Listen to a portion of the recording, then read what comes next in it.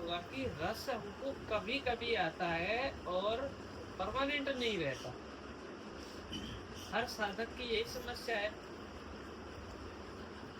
और इसको मतलब रस हमारा परमानेंट कैसे रह सके, ऐसे जान लेना ही ज्ञान होता है। ज्ञान क्या करता है, आप दो तल पर अटके हुए होते हैं। एक पहला तल होता है शरीर का, दूसरा तल होता है मन का। या तो हम शरीर के लिए जो रस है हमारे अंदर, उन रसों के पीछे हम दौड़ते रहते हैं, और जो शरीर के द्वारा जो रस मिलता है हमें, वो परमानेंट नहीं है, वो कुछ देर के लिए होता है। जैसे खाने का रस ले लो, जैसे कीर्तन का ये भी रस उतनी देर रहेगा जब तुम्हारी संपूर्ण एनर्जी उस संगीत की धारा में बहेगी। यदि आप खंड खंड टूटे हुए होंगे, यदि आप खंड खंड बिखरे हुए होंगे, ना तो आप कीर्तन का रस ले पाओगे और ना ही आप खाने का रस ले पाओगे। मतलब किसी भी विषय का आप रस नहीं ले सकते। आप जब भी किसी विषय का रस आपको मिलता है तो आपने अपने को नोट नहीं किया, अपने सिस्टम को नोट नहीं किया, क्योंकि उस मोमेंट में आपकी समग्र एनर्जी उस डायमेंशन में बहती है। आपकी जो समस्त ऊर्जा है उस समय उस दिशा में बहती है, तो तुम्हें अच्छा लगता है। ये चीज हमको समझनी होगी। देखो, आनंद तो हमें सबको चाहिए, सबको सुख चाहिए, सबको रस चाहिए, लेकिन ये समझना पड़ेगा कि हमारी जो ऊर्जा है, हमारी जो जीवन ऊर्जा है, रियलिटी में जो शक्ति है हमारी, अब वो जो जीवन ऊर्जा है वो हमारी किस दिशा में बह रही है। और जो परमानेंट रस है उसमें क्या है कि तुम्हारी जो जीवन ऊर्जा है वो अंदर की ओर बहेगी, ठीक है। और परमानेंट सुख वाली, परमानेंट आनंद वाली, परमानेंट साइलेंस वाली, परमानेंट शांति वाली जीवन ऊर्जा अंदर की ओर बहती है अपने आप में ही। आप ही आप अपने में आप ही आप समय, यानी कि हम स्वयं के द्वारा स्वयं में ही डूबे रहते हैं। अब हमारी स्थिति क्या है, हम पूरी की पूरी जो हमारी ऊर्जा है वो यंत्रों में प्रभावित हो रही है। यंत्रों का तात्पर्य क्या होता है, या तो शरीर में, और या जो आपके सूक्ष्म यंत्र है, मन, बुद्धि, कार्य, गणित लगा रहे होते हैं, या किसी बात को लेकर दुखी हो रहे होते हैं, किसी चिंता को लेकर परेशान हो रहे होते हैं, उसमें भी आपका दुखी होने के लिए भी आपको आपकी ऊर्जा की आवश्यकता होती है। यदि आप अपने जीवन में दुखी हैं तो इसका कारण ये नहीं कि किसी ने आपको दुखी किया है, इसका कारण ये है रियलिटी में कि आपकी जो जीवन ऊर्जा है वो दुख की ओर बह रही है। जैसे आपका किसी ने अपमान कर दिया, ठीक है, आपको किसी ने गलत कमेंट कर दिया या अभद्र आपको बोल दिया, उसकी चोट कहाँ पड़ती है, आपके भीतर, आपके अहंकार को लगती है। तो पूरी की पूरी एनर्जी उधर बहना चालू हो जाती है, और जैसे ही ऊर्जा उधर बहनी चालू हो जाएगी तो आपको अच्छा महसूस नहीं होगा, आप बेचैन महसूस करोगे, आप घुटन महसूस करोगे, और आपको ऐसा लगेगा कि जीवन नीरस है। क्यों? आपकी जो विचार तुम्हारे मन में जो चिंता का चल रहा है, उस विचार में वह ऊर्जा जा रही है, लेकिन हम इस बात को समझ ही नहीं पा रहे। हर व्यक्ति का, चाहे वो धंधा कर रहा है, चाहे वो जॉब कर रहा है, चाहे वो बिजनेस कर रहा है, चाहे वो तीर्थ कर रहा है, चाहे वो साधना कर रहा है, चाहे ध्यान कर रहा है, चाहे कीर्तन कर रहा है, सबके पीछे मूलतः फंडामेंटल एक ही चीज है कि हमें आनंद से जीना है। लेकिन वसंत क्या है कि हम टोटली, परसों भी हमारी बात हो रही थी इस मामले में, टोटल ही हम अपने प्रति ईमानदार नहीं है और अपने सिस्टम के प्रति अवेयर नहीं है। हमारा मन कब किस विचार को हमें पकड़ा देता है हमें पता ही नहीं चलता है। और वो विचार, पता है, बिना तुम्हारी जीवन ऊर्जा के रत्ती भर भी उसमें अपनी कोई ताकत नहीं है। यदि आप थोड़े डीपली इस बात को समझोगे तो इस राज को समझ पाओगे। किसी भी विचार में अपने आप चलने की ताकत नहीं है। उस विचार को चलने की जो शक्ति मिलती है तुमसे मिलती है। अब जो व्यक्ति ये जान लेता है, जो साधक ये जान लेता है कि ये तो सब मेरे द्वारा ही हो रहा है, सुख दुखों का खेल, तो वो फिर अपनी जीवन ऊर्जा को संभाल लेता है। वो व्यक्ति अपनी जीवन ऊर्जा को संभाल लेता है। और जिनको ऊर्जा को संभालना नहीं आता, और वो लोग प्राय आपको ऐसे ही मिलेंगे कि मुझे अमुक समस्या है, ये समस्या, ये दुख है, ये चिंता है, मतलब दुखों का ही रोना रोएगा, क्योंकि उसने अपने सिस्टम को नहीं जाना। सिस्टम को कैसे जानेंगे? 24 घंटे में नींद को छोड़ दो तुम, बाकी के आपके मन में किस प्रकार के, किस तरह के, किस विषय के थॉट प्रोसेस हो रहा है, किस तरह के विचार चल रहे हैं, क्या कभी इसे देखा है? और आप, सपना तो है आपका आनंद में जीने का, सपना तो है आपका भगवान में लय होने का, सपना तो है आपका बुद्धत्व को प्राप्त करने का, सपना तो है आपका खुद को जानने का। तने कि ये तो देखो कि हमारी जो जीवन ऊर्जा है वो बह कहाँ रही है। चाहे हम बाहर में कुछ भी कर लें,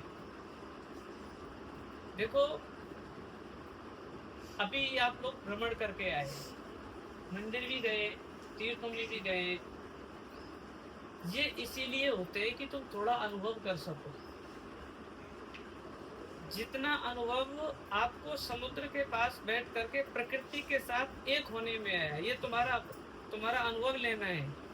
और अनुभव से अगर हम काम करेंगे तो शायद जीवन को सच में समझ सकेंगे ईमानदारी से। आपने समुद्र के पास बैठ करके जो ध्यान का आनंद लिया, जो आप अपने में ठहरे, जो आपको बेहतर अनुभव हुआ, क्या वो जो तुम द्वारकाधीश के मंदिर में उस भीड़ में गए थे उस समय तुमको ज्यादा अच्छा महसूस हुआ, या तुम उस समय प्रकृति के साथ एक आत्म हो रहे थे उस समय ज्यादा अच्छा लगा? किस समय ज्यादा अच्छा लगा? तो ये हमको जीवन में समझना है। एक वहां हम गए भीड़ के हिस्सा होने के लिए, जहाँ सिर्फ धक्का था। हाँ, हो सकता है कि जहाँ किसी की तुम में से श्रद्धा एक डिवाइन हो, अगर तुम मंदिर में जा रहे हो और वहाँ यदि तुम्हारी श्रद्धा थोड़ी अच्छी है और प्यारी है, तो उस मोमेंट में क्या होगा, जो तुम्हारी पूरी एनर्जी है वो श्रद्धा में बहेगी, और श्रद्धा में बहेगी तो वहां भी तुमको आनंद मिल जाएगा। ऐसी बात नहीं कि वहां आनंद नहीं है, लेकिन 100 में से 1-2 व्यक्ति, बाकी के सब लोग धक्का के शिकार होंगे।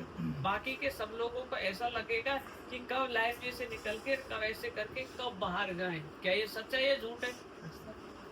और प्रकृति के सामने जब तुम सूर्यास्त हो रहा था, सूर्य अपनी क्षितिज की ओर था, यानी कि वो मिटने की ओर जा रहा था, धीरे धीरे धीरे धीरे, थोड़ा दिख रहा था, थोड़ा नहीं दिख रहा था।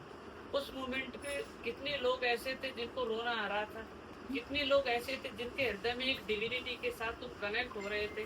वहां तुम्हारा ऐसा मनुष्य का बनाया हुआ कोई भगवान, कोई मूर्ति तो नहीं थी, लेकिन वहां उसका साक्षात स्वरूप प्रकृति थी, और तुम साइलेंस होते जा रहे थे। तुम सच में आनंद के एक करीब अपने भीतर जा रहे थे। तुम्हारी जो जीवन ऊर्जा है वो तुमको इस प्रकृति के साथ कनेक्ट कर रही थी, तुमको तुम्हारे माइंड से तोड़ रही थी। जो तुम्हारा मन पास्ट में, फ्यूचर में चलता है, उससे तुम्हें बाहर लाके तुम्हें प्रेजेंट मोमेंट में जो तुम्हारे सामने था उसमें तुम्हें लेके आ रहे थे। ऐसे सूर्योदय हो रहा था तब हमने ध्यान किया। तो इससे ये समझना है कि हमें भीड़ का हिस्सा नहीं होना है।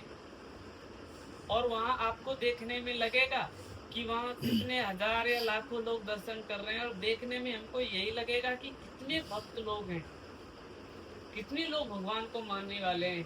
क्या तुमको लग रहा है जैसे तुम हो ना, जैसे तुमने जाके वहां भीड़ की, सेम ऐसे ही वहां आकर के और लोगों ने भीड़ की है।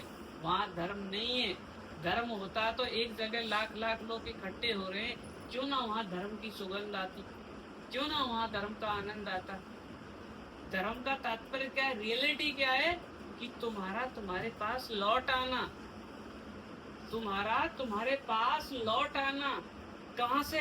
इस खोपड़ी से तन से हट करके तुम अपने में विश्राम कर लेना, जिसमें अष्टावक्र जी कह रहे हैं तुम अपनी उस अवेयरनेस में, अपनी उस चेतना में तुम विश्राम करो। लेकिन हम इतने बेहोश और इतने बेवकूफ भरी जिंदगी जी रहे हैं, हमें ये नहीं पता चलता कि हमारे मन में कब विचार आया और हम कब उस विचार के साथ कनेक्ट हो गए। क्यों? क्योंकि तुम्हारी जो आंख है ना अभी और दूसरी चीजों में लगी हुई है। तुम्हारी जो आंख है ना वो अभी और कुछ देखना चाहती है जगत में, अभी तृप्त नहीं हुई है। जिस दिन यही आंख तुम्हारी तुम पर लौट आएगी ना, उस दिन सुकून के लिए तुम्हें बाहर नहीं जाना पड़ेगा, तुम्हें तुम्हारे भीतर ही अनंत गुना सुकून मिलेगा। ऐसा सुकून मिलेगा जहाँ तुम बैठोगे ना वहीं एक ऐसी धारा बहेगी आनंद की, ऐसी धारा बहेगी प्रेम की, तुम मस्त हो जाओगे, क्योंकि वो ऑलरेडी तुम्हारे भीतर है। बसंत क्या है समझना है इसको, क्योंकि तुम्हारी जीवन ऊर्जा ने जो तुम्हारे अंदर प्रेम की जो फीलिंग्स का जो सेंटर है वहां जाकर के स्पंदन किया, तुम प्रेम को फील करते हो। वहां जाकर के तुम प्रेम को फील करते हो, और जैसे तुम्हें प्रेम फील होता है तो तुम्हारी पूरी अटेंशन, तुम्हारा पूरा ध्यान पूरा का पूरा खुद की ओर लौट आता है।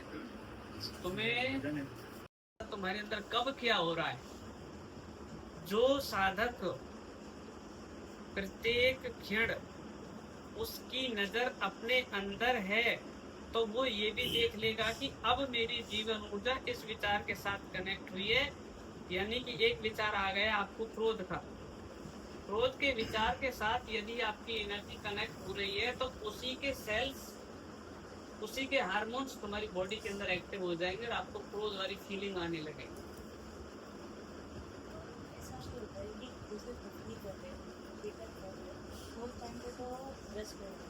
और जैसे ही कोई विचार है ना तो वो जो चल रहा था रास्ते चल रहा था उससे हट भी जाता है, विचार के आगे वो रास्ते पर बिल्कुल हो जाएगा। क्यों? देखो एक बार में तुम्हारी एनर्जी एक ही काम कर सकती है, या तो रस के साथ एक साथ हो सकती है या थॉट को प्रोसेस दे सकती है। लेकिन अब जिसको जागरूक साधक कहते हैं या फिर जिन्हें हम महापुरुष कहते हैं, उनका क्या, वो इतने अवेयर होते हैं कि बिना उनकी परमिशन के उनके अंदर एक थॉट तक नहीं आता। और इसका तात्पर्य ये नहीं कि उनके अंदर विचार नहीं आते, वो भी मैं आपको क्लियर कर देता हूँ। महापुरुष के अंदर विचार आते हैं, पर ऐसे आते हैं जिनको हम सम्यक विचार कहते हैं। सम्यक विचार कौन से? जो जरूरत के हैं।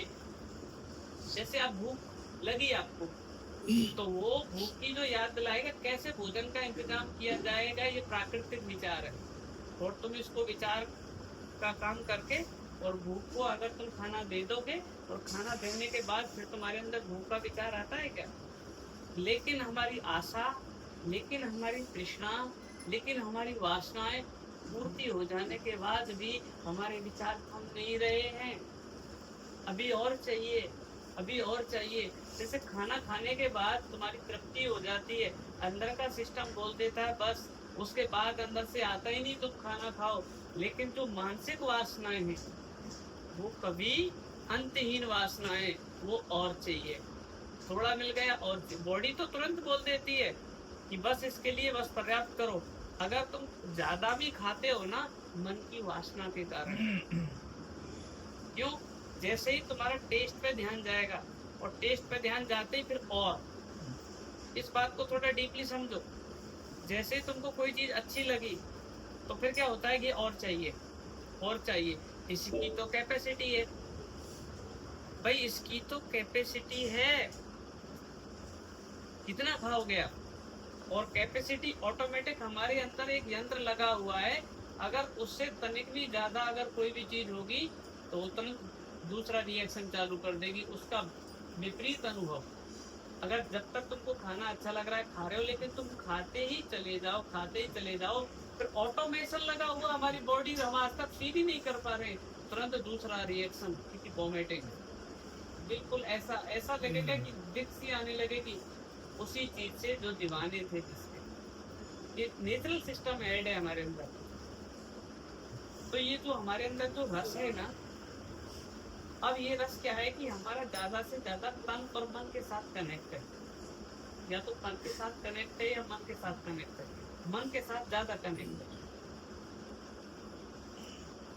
यदि आप अपनी जीवन ऊर्जा को इन दोनों में से बहने से यदि आप अपने को रोक ले या इनसे आप छुटकारा पा ले, तो आप अभी और यही आनंदित हो। अभी और यही आनंद तुम्हारे अंदर ऑलरेडी है, लेकिन आपको पता है दिखाई क्यों नहीं देता? जैसे ही तुम अपने भीतर देखना चालू करते हो ना, कहते कि मैं भीतर देखूं, भीतर तुम्हारे अंदर परमात्मा है, लेकिन जैसे हम भीतर देखना चालू करते हैं हमें कोई परमात्मा दिखाई नहीं देता। हमें हमारे अंदर वो पुरानी जो पास्ट की जो मेमोरी है ना, वो दिखाई देती है। भगवान दिखाई नहीं देता, साइलेंस दिखाई नहीं देती, सुकून दिखाई नहीं देता। अब तक जो किया है, अब तक जो आपने किया है, जितनी भी तुम्हारी उम्र है, उसी से रिलेटेड तो तुम्हारे मन में विचार चलते हैं भाई, वही तो चल रहे हैं कि उससे अलग हटके कोई और चीज चल रही है। ऐसा कोई भी विचार बता दो जो तुम्हारे पास्ट और भविष्य से रिलेटेड ना और वो तुम्हारे मन में चल रहा हो, जिससे भविष्य का भी कोई लेना देना नहीं है और पास्ट का भी कोई लेना देना नहीं है। तुम एक भी विचार बता दो, सच में यदि तुम अपने को ईमानदारी से चेक करोगे ना, कोई विचार ही नहीं होता इन दोनों को छोड़ करके। ये तो पास्ट की मेमोरी से फुल भरे हुए हैं, ये भविष्य की चिंताएं वाली चीजें हमारे अंदर लोड हो रही है, वही हमें लगा रही है और हमको जागरूकता नहीं है, और उन्हीं के पीछे हम दौड़े चले जा रहे हैं, दौड़े चले जा रहे हैं अंतहीन वासनाओं के। शरीर 20 साल का हो गया, शरीर 30 साल का हो गया, शरीर 40 साल का हो गया, शरीर 50 का हो गया, लेकिन आज भी नहीं समझ पा रहे। ये 20 साल से हमारे अंदर हमारा मन और हमारा शरीर हमको केवल क्या सिखाया है इसने, क्योंकि हम इसके प्रति अवेयर नहीं थे। अगर हमारी 50 की उम्र है, 40 की उम्र है, तो यदि अभी भी हम संपूर्णतः नहीं जागे, तो इसका तात्पर्य क्या है? हमारी जो जीवन ऊर्जा है उसे मन और तन के साथ रहने की आदत पड़ गई है। तन और मन के साथ रहने की आदत पड़ गई है, और वो आदत अब छूटती नहीं है। क्यों नहीं छूटती? कि तुम्हारे जीवन में प्रेजेंट मोमेंट नहीं।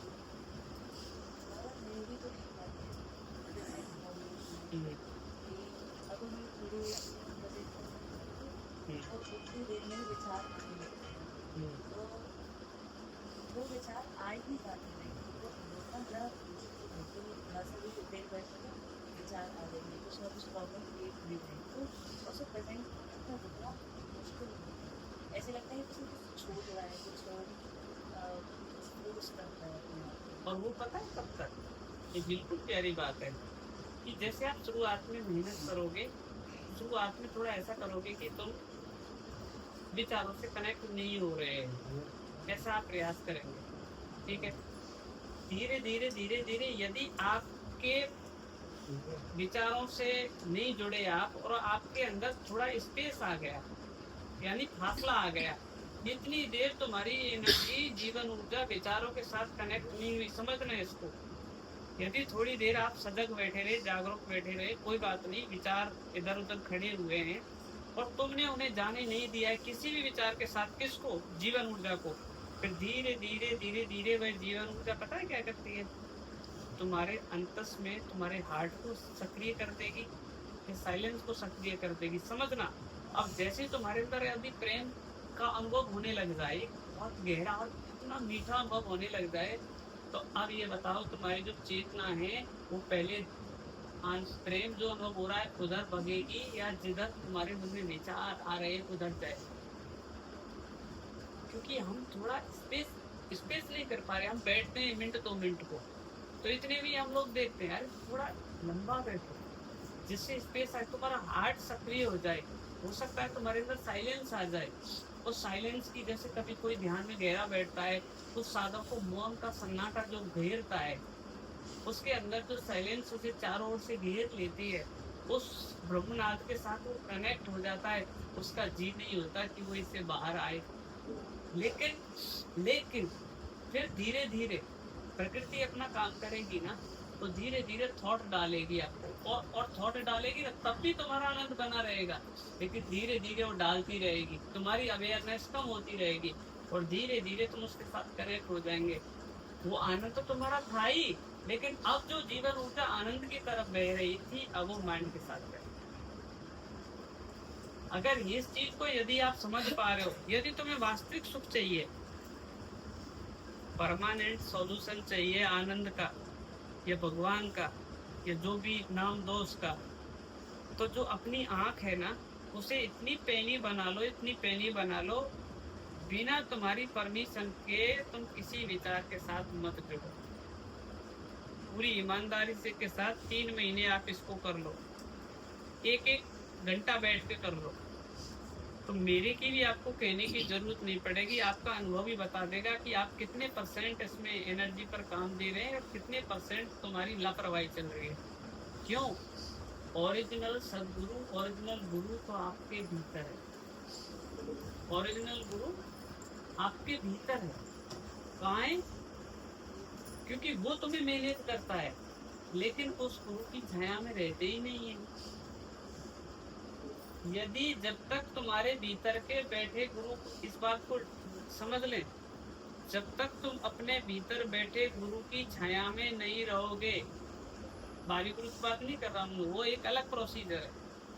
जब तक तुम अपने अंदर बैठे गुरु की सानिध्य में नहीं रहोगे, गुरु यानी कि प्रकाश, प्रकाश यानी कि रोशनी, रोशनी यानी कि तुम्हारी देखने की क्षमता। जब तुम्हारी आंख तुमको देख रही होती है, तो उस मोमेंट में तुम गुरु के प्रकाश में होते हो। क्यों संतों ने कहा है कि गुरु के बिना सत्य को पाना संभव है, लेकिन लोग क्या समझ लेते हैं, किसी शरीरधारी गुरु की कृपा के बिना सत्य संभव है। लेकिन और एक ये कि तुम्हारे अंदर जो गुरु तत्व है, हम सभी के अंदर बराबर है, उसकी बात करिए उन्होंने गुरु तत्व की। लेकिन जिन इंसानों की समझ थोड़ी हल्की है, वो क्या है, किसी शरीरधारी गुरु की कृपा की अपेक्षा बैठे रहेंगे कि भाई ये कृपा कर देंगे तब कुछ होगा। ऐसा बिल्कुल भी संभव नहीं है। हाँ, अगर वो जागे हुए हैं और उनके साथ यदि तुम्हारा भाव है, तुम्हारी श्रद्धा है, तुम्हारा प्रेम है, तो रास्ता खुल जाएगा। ऐसा नहीं कि तुम कोई जादू मंत्र और कुछ ऐसा आशीर्वाद देंगे तुम्हें बुद्धत्व हो जाएगा। असली क्या है, असली बात है, तो गुरु को समझो, गुरु क्या होता है। नहीं समझ में आए तो उस बात में बीच में बोलिएगा। गुरु का तात्पर्य होता है कि तुम्हारे अंदर से वो रोशनी होती है ना विवेक की, और वो तुम्हारे को देख रही होती है, उस मोमेंट तुम गुरु का संग किया है। अब 24 घंटे में बताओ कितना गुरु का साथ करते हैं। जब तुम्हारी आंख तुम्हें देख रही होती है, जब तुम्हारी आंख तुम्हें देख रही होती है, समझना वो गुरु की रोशनी है, वो गुरु की कृपा है। अगर उसमें तुम 1 घंटे भी रह गए ना, तुम उस आनंद के बिना रह ही नहीं सकते, क्योंकि ऑटोमेटिक रिलीज हो जाएगा। क्यों? तुम्हारा स्वभाव है। अब हम क्या है, हमारे स्वभाव को भूल करके देह और मन के साथ कनेक्ट हो गए हैं, और इनके जुदा जुदा अलग अलग स्वाद हैं, अलग अलग वासनाएं, अलग अलग तरंगे हैं, ये अलग अलग तरीके से हमें परेशान कर रही हैं। लेकिन सदगुरु कौन है? जिसकी रोशनी, चाहे तुम किचन में खड़ा होकर खाना बना रहे हो, अंदर से गुरु की रोशनी पड़ रही है, बॉडी और माइंड काम कर भी रहा है, और तुम उस आनंद में बना रहे हो, क्योंकि तुम्हारे ऊपर रोशनी है, तुम हल्के हो, तुम निर्भर हो। गुरु की रोशनी का तात्पर्य क्या है? उस मूवमेंट में तुम निर्भर हो। और जो भी कोई साधक, जो भी कोई व्यक्ति मन में भार लेके घूमता है, वजन लेके घूमता है, वजन यानी विचारों का, पास्ट का, भविष्य का, उसे सुकून कभी भी सुलभ नहीं होने वाला है। चाहे वो कुछ भी कर ले भगवान के नाम पर, जितनी मर्जी ध्यान कर, जितनी मर्जी विधियां कर, जितनी मंदिर जा, जितने तीर्थ कर, लेकिन उस गुरु की रोशनी में तुम्हें नहाना ही पड़ेगा, क्योंकि बिना उसके संभव का है ना, बिना गुरु के कल्याण नहीं होता। तो वो उस वाले गुरु की बात नहीं कर रहा, मैं ये वाले गुरु की बात कर रहा हूँ। ये बिल्कुल सच है, बिल्कुल सच है, सच है। अंदर वाले गुरु की जो रोशनी है ना, बाबू कुछ और पूछ जब तुम- सकता हूँ? पूछ सकता हूँ बाबा? मैंने देखा कि जब मैं शरीर नहीं हूँ, उस मोमेंट पे बिल्कुल ऐसा लगा कि मैं मतलब कि इस प्रकृति में मिल गया हूँ, मतलब कि ऐसा मुझे याद ही नहीं रहा कि मैं कहाँ पे हूँ। हम्म। तो बाबा ये क्या होता है? ये क्या चीज है, जैसे अगर तुमने तुम्हारी जो जीवन ऊर्जा है और प्रकृति के साथ वो बह गई है, हम्म। प्रकृति के साथ एक हो गई है, इसका तात्पर्य क्या हो गया है, तुम्हारी जो पुरानी मेमोरी है वो इतनी देर के लिए हट गई है वहां से। तुम्हारे अंदर जो चल रहा होता है ना, पुराना हम्म। पुराना जो भी कुछ चल रहा होता है वो हट गया होता है। और जब वो हट जाता है तो तुम निर्भर और स्पेस फील करते हो, और स्पेस की कभी कोई मेमोरी नहीं होती। मेमोरी किसकी होती है? इनकी होती है। जो जैसे मान के चलो, स्पेस जो खालीपन जो तुम्हारे अंदर है, जो साइलेंस है, उसकी कोई मेमोरी होती ही नहीं, उसकी कोई याददाश्त बनती नहीं, क्योंकि वो तुम्हारा होना है। अगर उसकी भी याददाश्त होने लग जाए तो फिर तो उससे ज्यादा तो तुम ही बड़े हो, क्योंकि तुमको उसकी मेमोरी है। जो जो देखो, एक चीज समझ लो पॉइंट, जो जो तुम्हारी मेमोरी में आ जाए वो तुम नहीं है। जो जो तुम्हारी मेमोरी में आ जाए समझ लेना वो तुम नहीं हो। चाहे वो तुम धर्म के नाम पर भर रखा हो, चाहे तुमने संसार के नाम पर भर रखा हो, प्योरिटी तो यही है, वो तुम्हारी मेमोरी का हिस्सा नहीं है। बाबा तो वैसे वो कुछ पल के लिए होता है। वो वही स्पेस है, ये पल है ना, जैसे कुछ पल के लिए हो रहे। हम्म। जैसे तुम्हारा अपने प्रति ये भाव बढ़ेगा, इसके प्रति तुम्हारी श्रद्धा बढ़ेगी, इसके प्रति सम्मान बढ़ेगा, फिर ये पल नहीं, ये परमानेंट में हो जाएगा। तुम समझ जाओगे बॉडी और मन को मुझे कैसे मैनेज करना है, ये चीज समझ में आ जाएगी। अब मुझे बॉडी और शरीर को कैसे मैनेज करना है। भैया साधना पता है तुम्हें भगवान से नहीं मिलाती। अगर कोई कहता हो कि साधना तुम्हें परमात्मा से मिला देगी, लोग वही बुढ़े हो गए साधना करते करते, अभी तक उनकी कोई भगवान से नहीं मिली। साधना का काम क्या है? साधना तुम्हें भगवान से नहीं मिलाती। साधना क्या करती है? साधना आपको साधना आपको मांगती है। साधना आपको ये अवगत कराती है कि तुम पास्ट में जी रहे हो या फ्यूचर में जा रहे हो। साधना क्या कराती है? तुम्हें तुम्हारे देह अभिमान से परिचित कराती है। साधना तुम्हें मनो अध्यास से परिचित करा दी, यार मैं अभी इनमें इतना जी रहा हूँ। ये कैसे पता चलता है? साधना से, कि तुम क्या जी रहे हो। और जब तुम्हें ये पता चल जाता है कि मेरी जीवन ऊर्जा वास्तविकता में ही 98% संसार की ओर बह रही है, केवल 2% कभी जभी वो भी अपनी ओर बह रही है, तो अब इससे अनुपात लगा लो आप कितने आनंद में रहो। इसीलिए जैसे अब तुम्हारा मन में रहने के लिए तुम कोई ध्यान विधि करते हो, मन में विचार जो चलते रहते हैं, जो मन में रहने के लिए तुम कोई ध्यान विधि करते हो, ये माला जब करते हो, ये तीर्थों में जा रहे हो, ऑटोमेटिक अध्यास हो गया है ना मन के साथ, और वो सहज हो रहा है। भाई मन के साथ जुड़ना सहज हो रहा है ना। ऐसे तो नहीं तुम भगवान से प्रार्थना करते हैं कि हे भगवान तुम हमें मन के साथ जोड़ो और हम विचार करें, वो अपने आप हो रहा है। क्योंकि एक दिन समझो ये प्रोसेस चालू कहाँ से हुआ। एक दिन तुम छोटे बच्चे की तरह, ठीक है, जब तुम छोटे बच्चे की तरह थे तो तुम्हारे मन में जो ये चीजें पास्ट फ्यूचर जैसी कोई चीज नहीं थी, तुम केवल थे, क्योंकि प्रकृति ने कोई उपहार ताजा ताजा भेंट किया था। प्रकृति ने ताजा ताजा ऑफर किया संसार के लिए चीज। तुम जब 6 महीने के थे, समझना इस बात को, तुम्हें अपनी याददाश्त को, तुम उस समय थे, उस समय जब तुम 6 महीने के थे उस समय थे ना?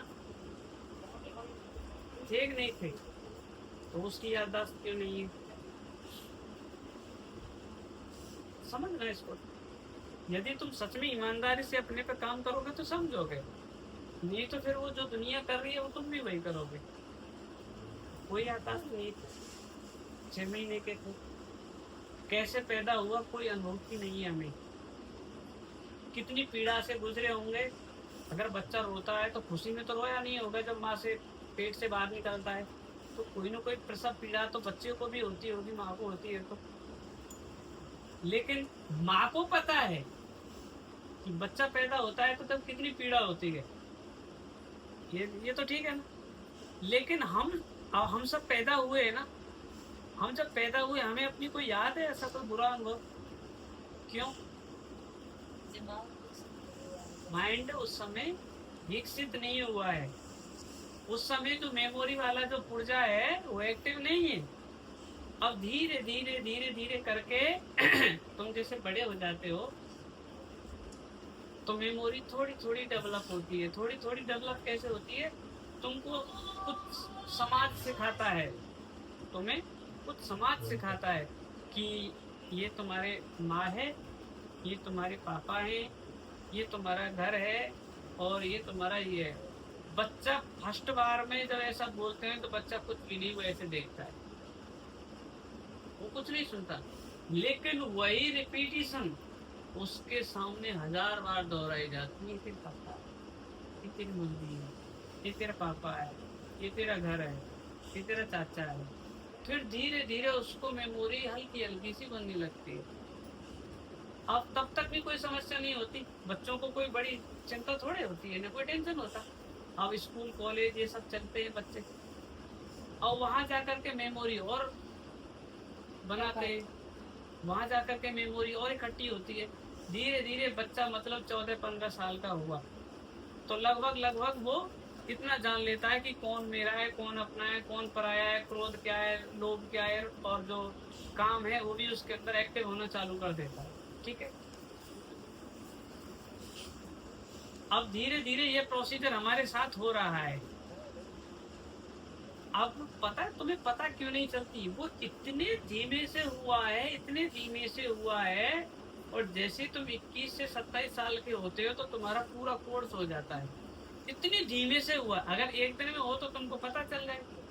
अब उसको टाइम को क्या लगता है, दूसरी तीसरी साल से लेके और 27 साल तक आप इतने मन को विकसित कर लेते हो, इतने मन को विकसित कर लेते हो कि तुम चिंताएं, तनाव, लोड, ये सब तुम इतना लेने लगते हो कि दुखी होना चालू कर दो। छोटे बच्चे को तो दुखी होते नहीं देखा, लेकिन बड़े लोग ही क्यों दुखी हो जाते हैं? वे बड़े लोग ही क्यों दुखी हो जाते हैं? क्यों? वो उन चीजों को लेना चालू कर रहे हैं। और आपने पता है अब तक क्या कमाया है? जैसे तुमने संग किया है,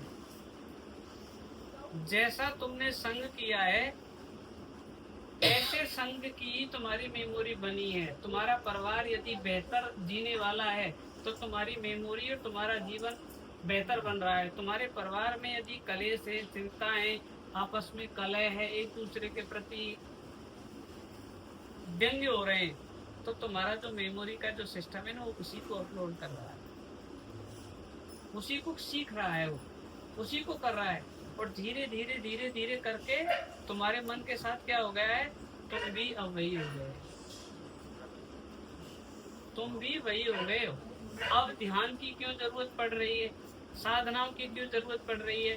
भाई जो तुमने गलत सीख लिया है, वो गलत सीख लिया है, उसके प्रति जागरूक हो जाओ। क्यों? उस गलत सीखने, वो सीखा तो तुमने इसीलिए था कि तुमको सुख मिलेगा, सीखा तो इसीलिए था कि तुम्हें आनंद मिलेगा, सीखा तो इसीलिए था कि तुम्हें प्रेम मिलेगा। भाई इसीलिए तो सीखा था वो, लेकिन कुछ भी नहीं मिला उसमें। क्षणिक सुख मिला और क्षणिक सुख के बाद फिर वही पीड़ाएं, और वो पीड़ाएं इतनी हो गई कि जीवन जी रहे हैं लेकिन मजा नहीं आ रहा है, आनंद नहीं आ रहा है। क्योंकि जब तक ये एक्टिव है तब तक आनंद गायब है, क्योंकि आनंद तो तुम्हारा स्वभाव है और हम स्वभाव की ओर लौट नहीं रहे हैं। इसलिए अब बात हम उसकी करते हैं कि ऐसा क्या करें और क्या ना करें। बात नहीं तो उठेगी भाई हम क्या करें जिससे मन शांत हो जाए, ठीक है। अब जब क्या करें मन शांत हो जाए तो बात इसलिए उठती है क्योंकि अब तक जो संसार में हमने किया है, धन कमाया है, पद कमाया है, प्रतिष्ठा कमाई है, रिश्ते निभाए, तो वो हमने करके कमाए हैं, समझ रहे हो ना। तो करके कमाए तो सेम उसी मेथड को हम भगवान पे लागू करते हैं कि इसको भी करके पालेंगे, ठीक है। आप उसी को करके पालेंगे तो फिर तुम साधना में, ध्यान में, ऐसी क्रियाओं में इतने इतने घनघोर घुस जाते हो, अब उनमें से निकल ही नहीं पाते। जैसे कोई आदमी संसार में घुस जाता है ना, ऐसे ही वो इस चीज में घुस गया, ठीक है। अभी दूसरी मोटी गलती हो गई। यदि आपको सच में अपने से मिलना है, सच में अपने से मिलना है, तो कुछ ना करने की स्थिति को समझो अपने। जब तुम कुछ नहीं कर रहे होते हैं तब तुम अपने पास होते, अपने आनंद में। जब तुम कुछ नहीं कर रहे होते, कुछ नहीं करने का तात्पर्य क्या है, मन के साथ जुड़ करके प्लानिंग करना है। आप करने का तात्पर्य ये मत समझ लेना कि शरीर जो कार्य करता है वही कर्म है। मन के साथ जुड़ करके जो तुम रस लेते हैं वो भी करना ही है। अब लोग समझते हैं कि भाई शरीर तो कुछ करता है, ये तो बेचारा प्रोडक्ट है। जैसा वो तुमको आदेश देता है अंदर से, ये शरीर तो आदेश देगा भाई चलो पानी पिए, तो ये जाके वहाँ पानी पिएगा, 60 किलो को वेट उठ के फिर वहां जाएगा। ये तो आदेश का पालन करता है। असली क्रिया कर्म तो तुम्हारी खोपड़ी के भीतर हो रहा है। और जो साधक इसको समझ गया वो सत्य को समझ सकता है, अन्यथा कोई मतलब नहीं है कि तुम सत्य को समझ सको। भक्ति का यही तो लक्षण है। यदि जब तुम पर ना समझो कि तुम्हें ज्ञान की कोई नॉलेज नहीं है, ना समझो तुम पे कोई साधना नहीं आती हो, लेकिन यदि आप पर छोड़ना आता हो, यदि तुम सारी पकड़, ये पॉइंट इतना महत्वपूर्ण है, यदि तुम अपनी सारी पकड़ अभी छोड़ते हैं तो अभी परमात्मा हाजिर है। जो कि हम कुछ ना कुछ पकड़े हुए, कुछ ना कुछ पकड़े हुए हैं। जब तुम साइलेंस में जाओगे, अपने पास आओगे, तुम कुछ नहीं पकड़े हुए होते हैं। ये तुम्हारी पकड़ने की आदत बन गई है और वो इतनी अध्यास हो गया है कि तुम बिना पकड़े रह ही नहीं पाते हो। वो तो मेरे भगवान की ऐसी कृपा है कि वो जैसे तैसे करे 6-7 घंटे नींद में तुमको ऐसा फंक्शन अपडेट कर दिया है कि वो खुद छुड़वा देता है। तुम तो नींद में छोड़ना नहीं चाहते। बाबा, मैं कह रहा हूँ कि जब भगवान के प्रति भाव आते हैं तो सबसे पहले रोना ही क्यों आता है? क्या भगवान के प्रति रोना क्यों आता है? भाव रोना जो आता है ना, जो व्यक्ति, देखो आंख से आंसू निकलना कंपलसरी नहीं है, लेकिन जैसे ही तुम, ये बिल्कुल सच्ची बात है, जैसे ही तुम खोपड़ी से थोड़ी हृदय की तरफ आओगे ना, तो सबसे पहला जो अनुभव है ना वो आंख ही देगी। वो आंसू मोती होंगे।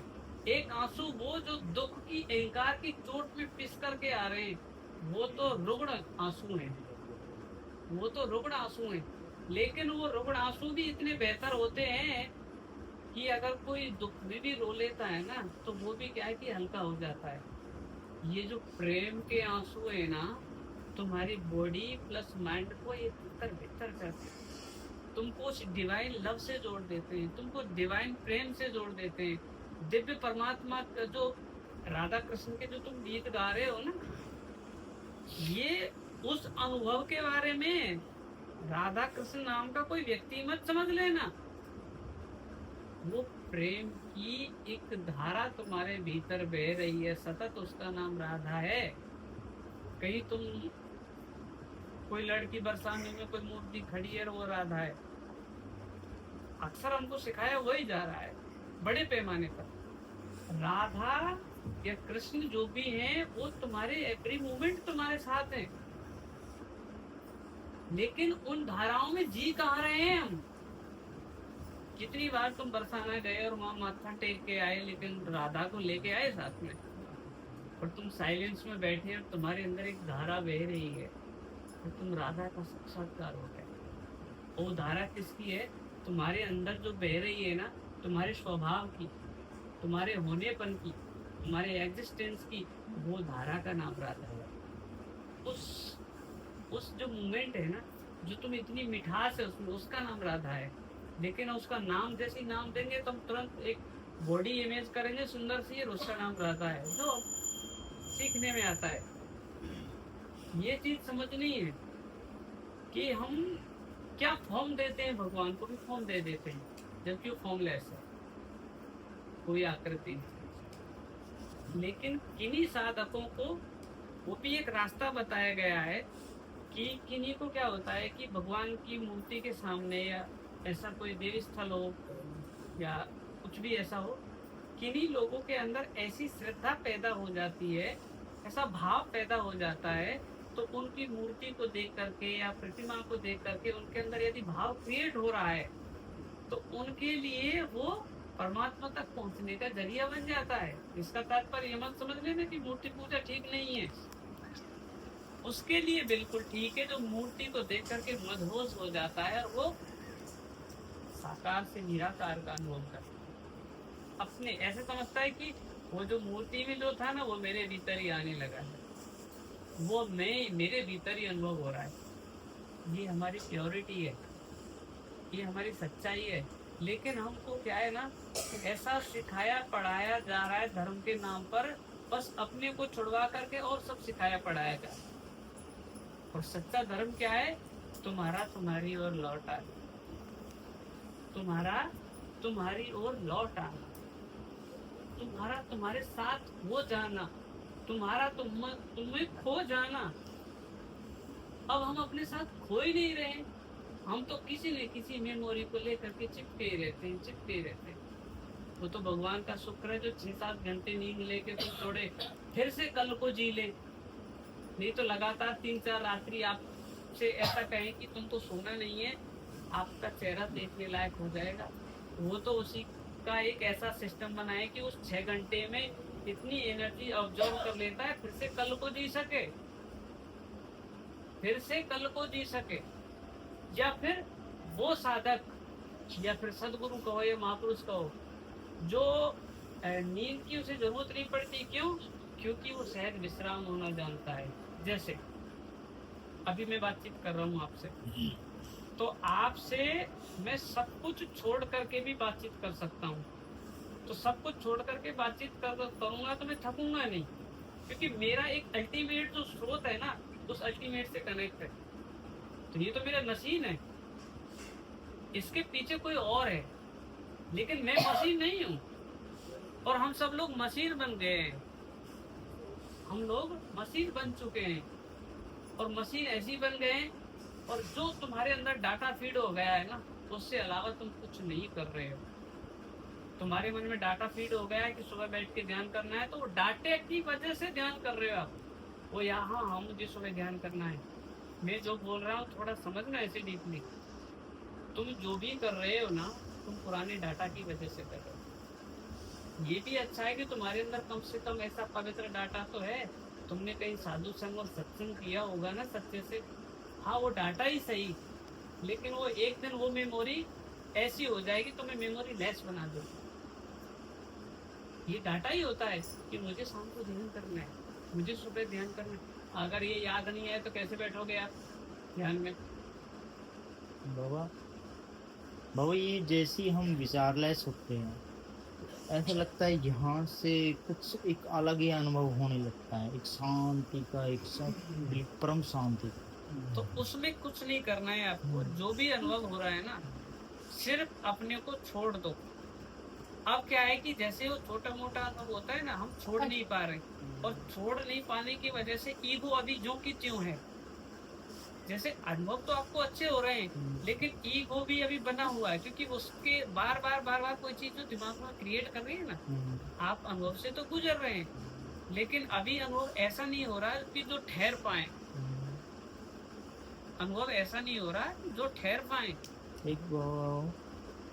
कई बार ऐसा होता है कि किसी से मत बोल, बस आनंद सा आता रहता है, मतलब कि ऐसा लगता है किसी से बात मत कर, बस शांत बैठा रहे, बस ये। तो वो जो होता है ना, उसमें ठहरना, वो करने से नहीं होगा। जब भी वो हो ना, हम्म, जैसे सूखा पत्ता होता है ना, समझ लेना एक इशारे होते हैं।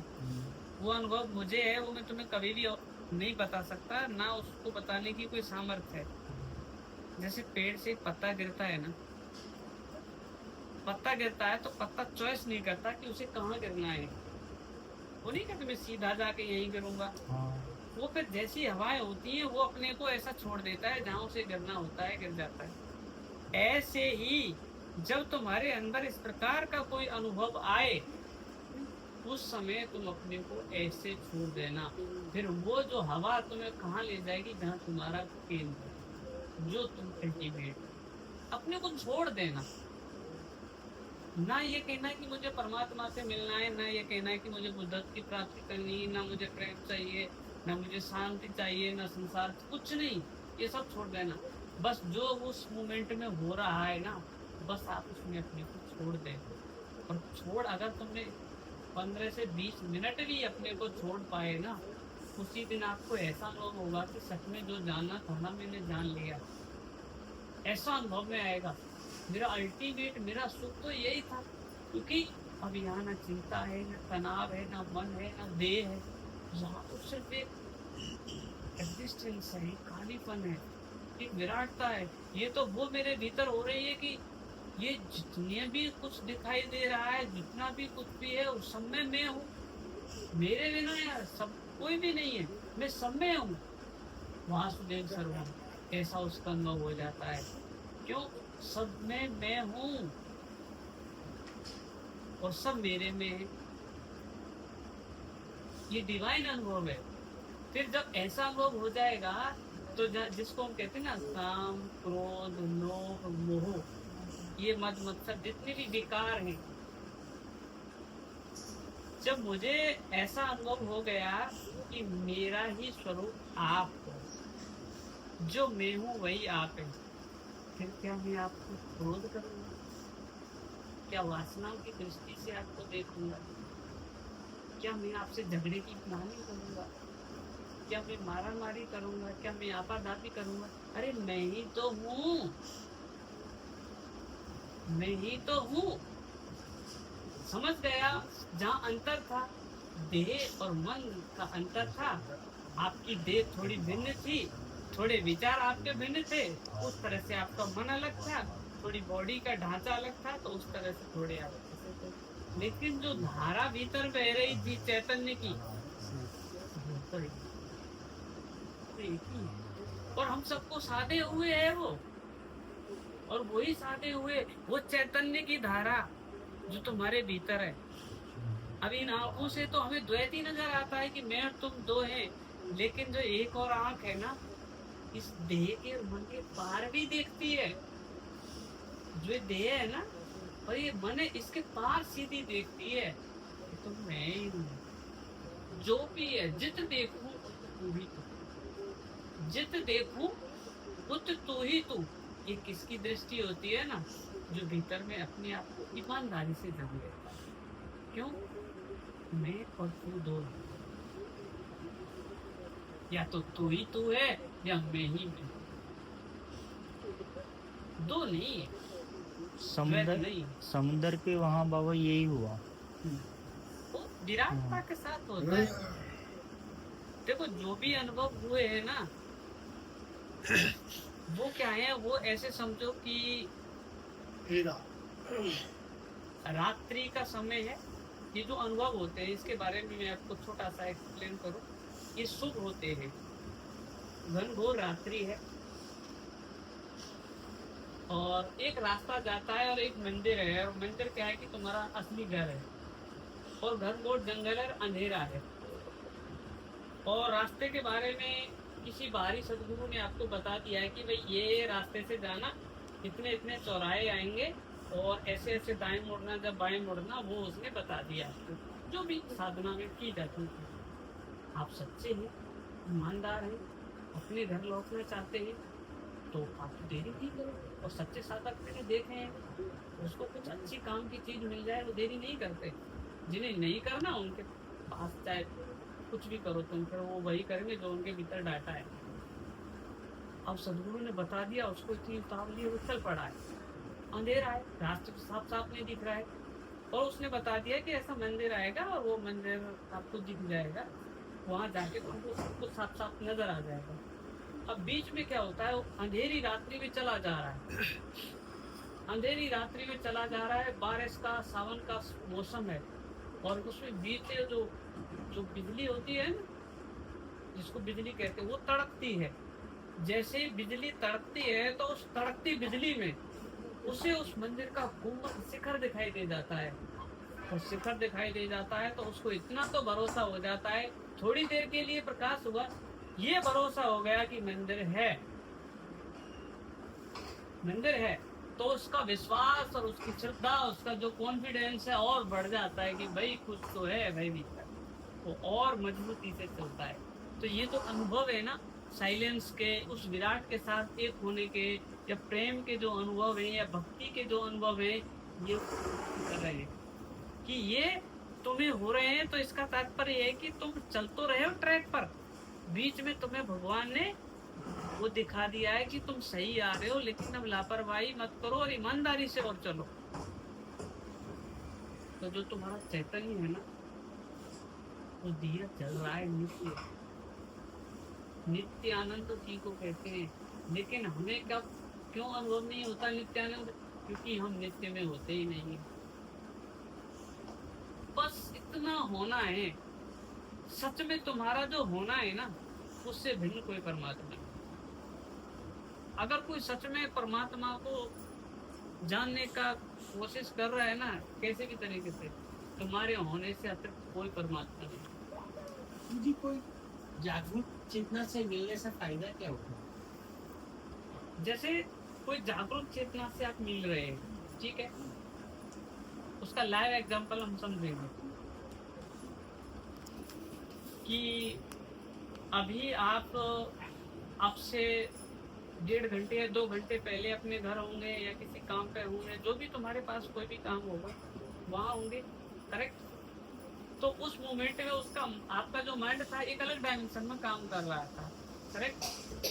अब जैसे मान के चलो एग्जाम्पल के तौर पर, इसका अर्थ ये नहीं कि मैं महापुरुष हूँ, जागा हुआ पुरुष हूँ या सदगुरु हूँ, वो तो सबकी अपनी अपनी धारणा विचार है, लेकिन जो है वो सच है।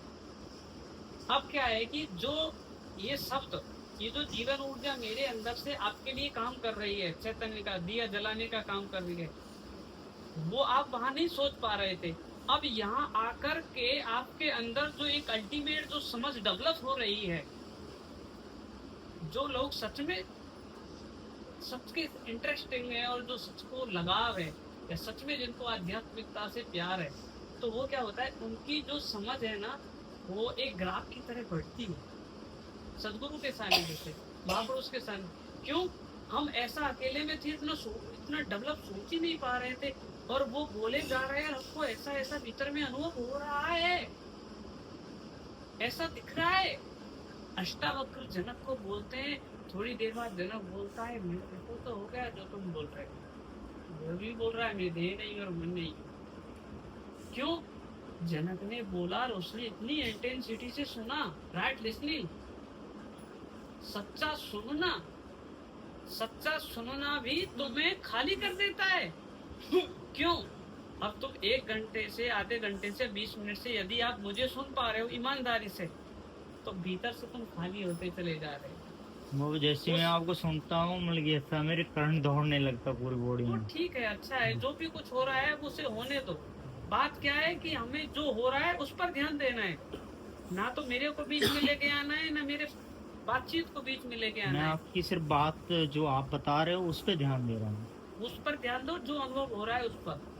तो यही चीज है कि हम जो महापुरुष का सानिध्य करते हैं ना, उसका फंडामेंटल रिजल्ट यही होता है कि जो विचार हमारा इतना सा था, या जिस चीज की समझ हमको इतनी सी थी, उसकी रोशनी में आके एकदम क्लियर हो गया। वो शायद हमको 6 महीने या साल लग जाते साधना करने के बाद, तब हमको क्लियर होती।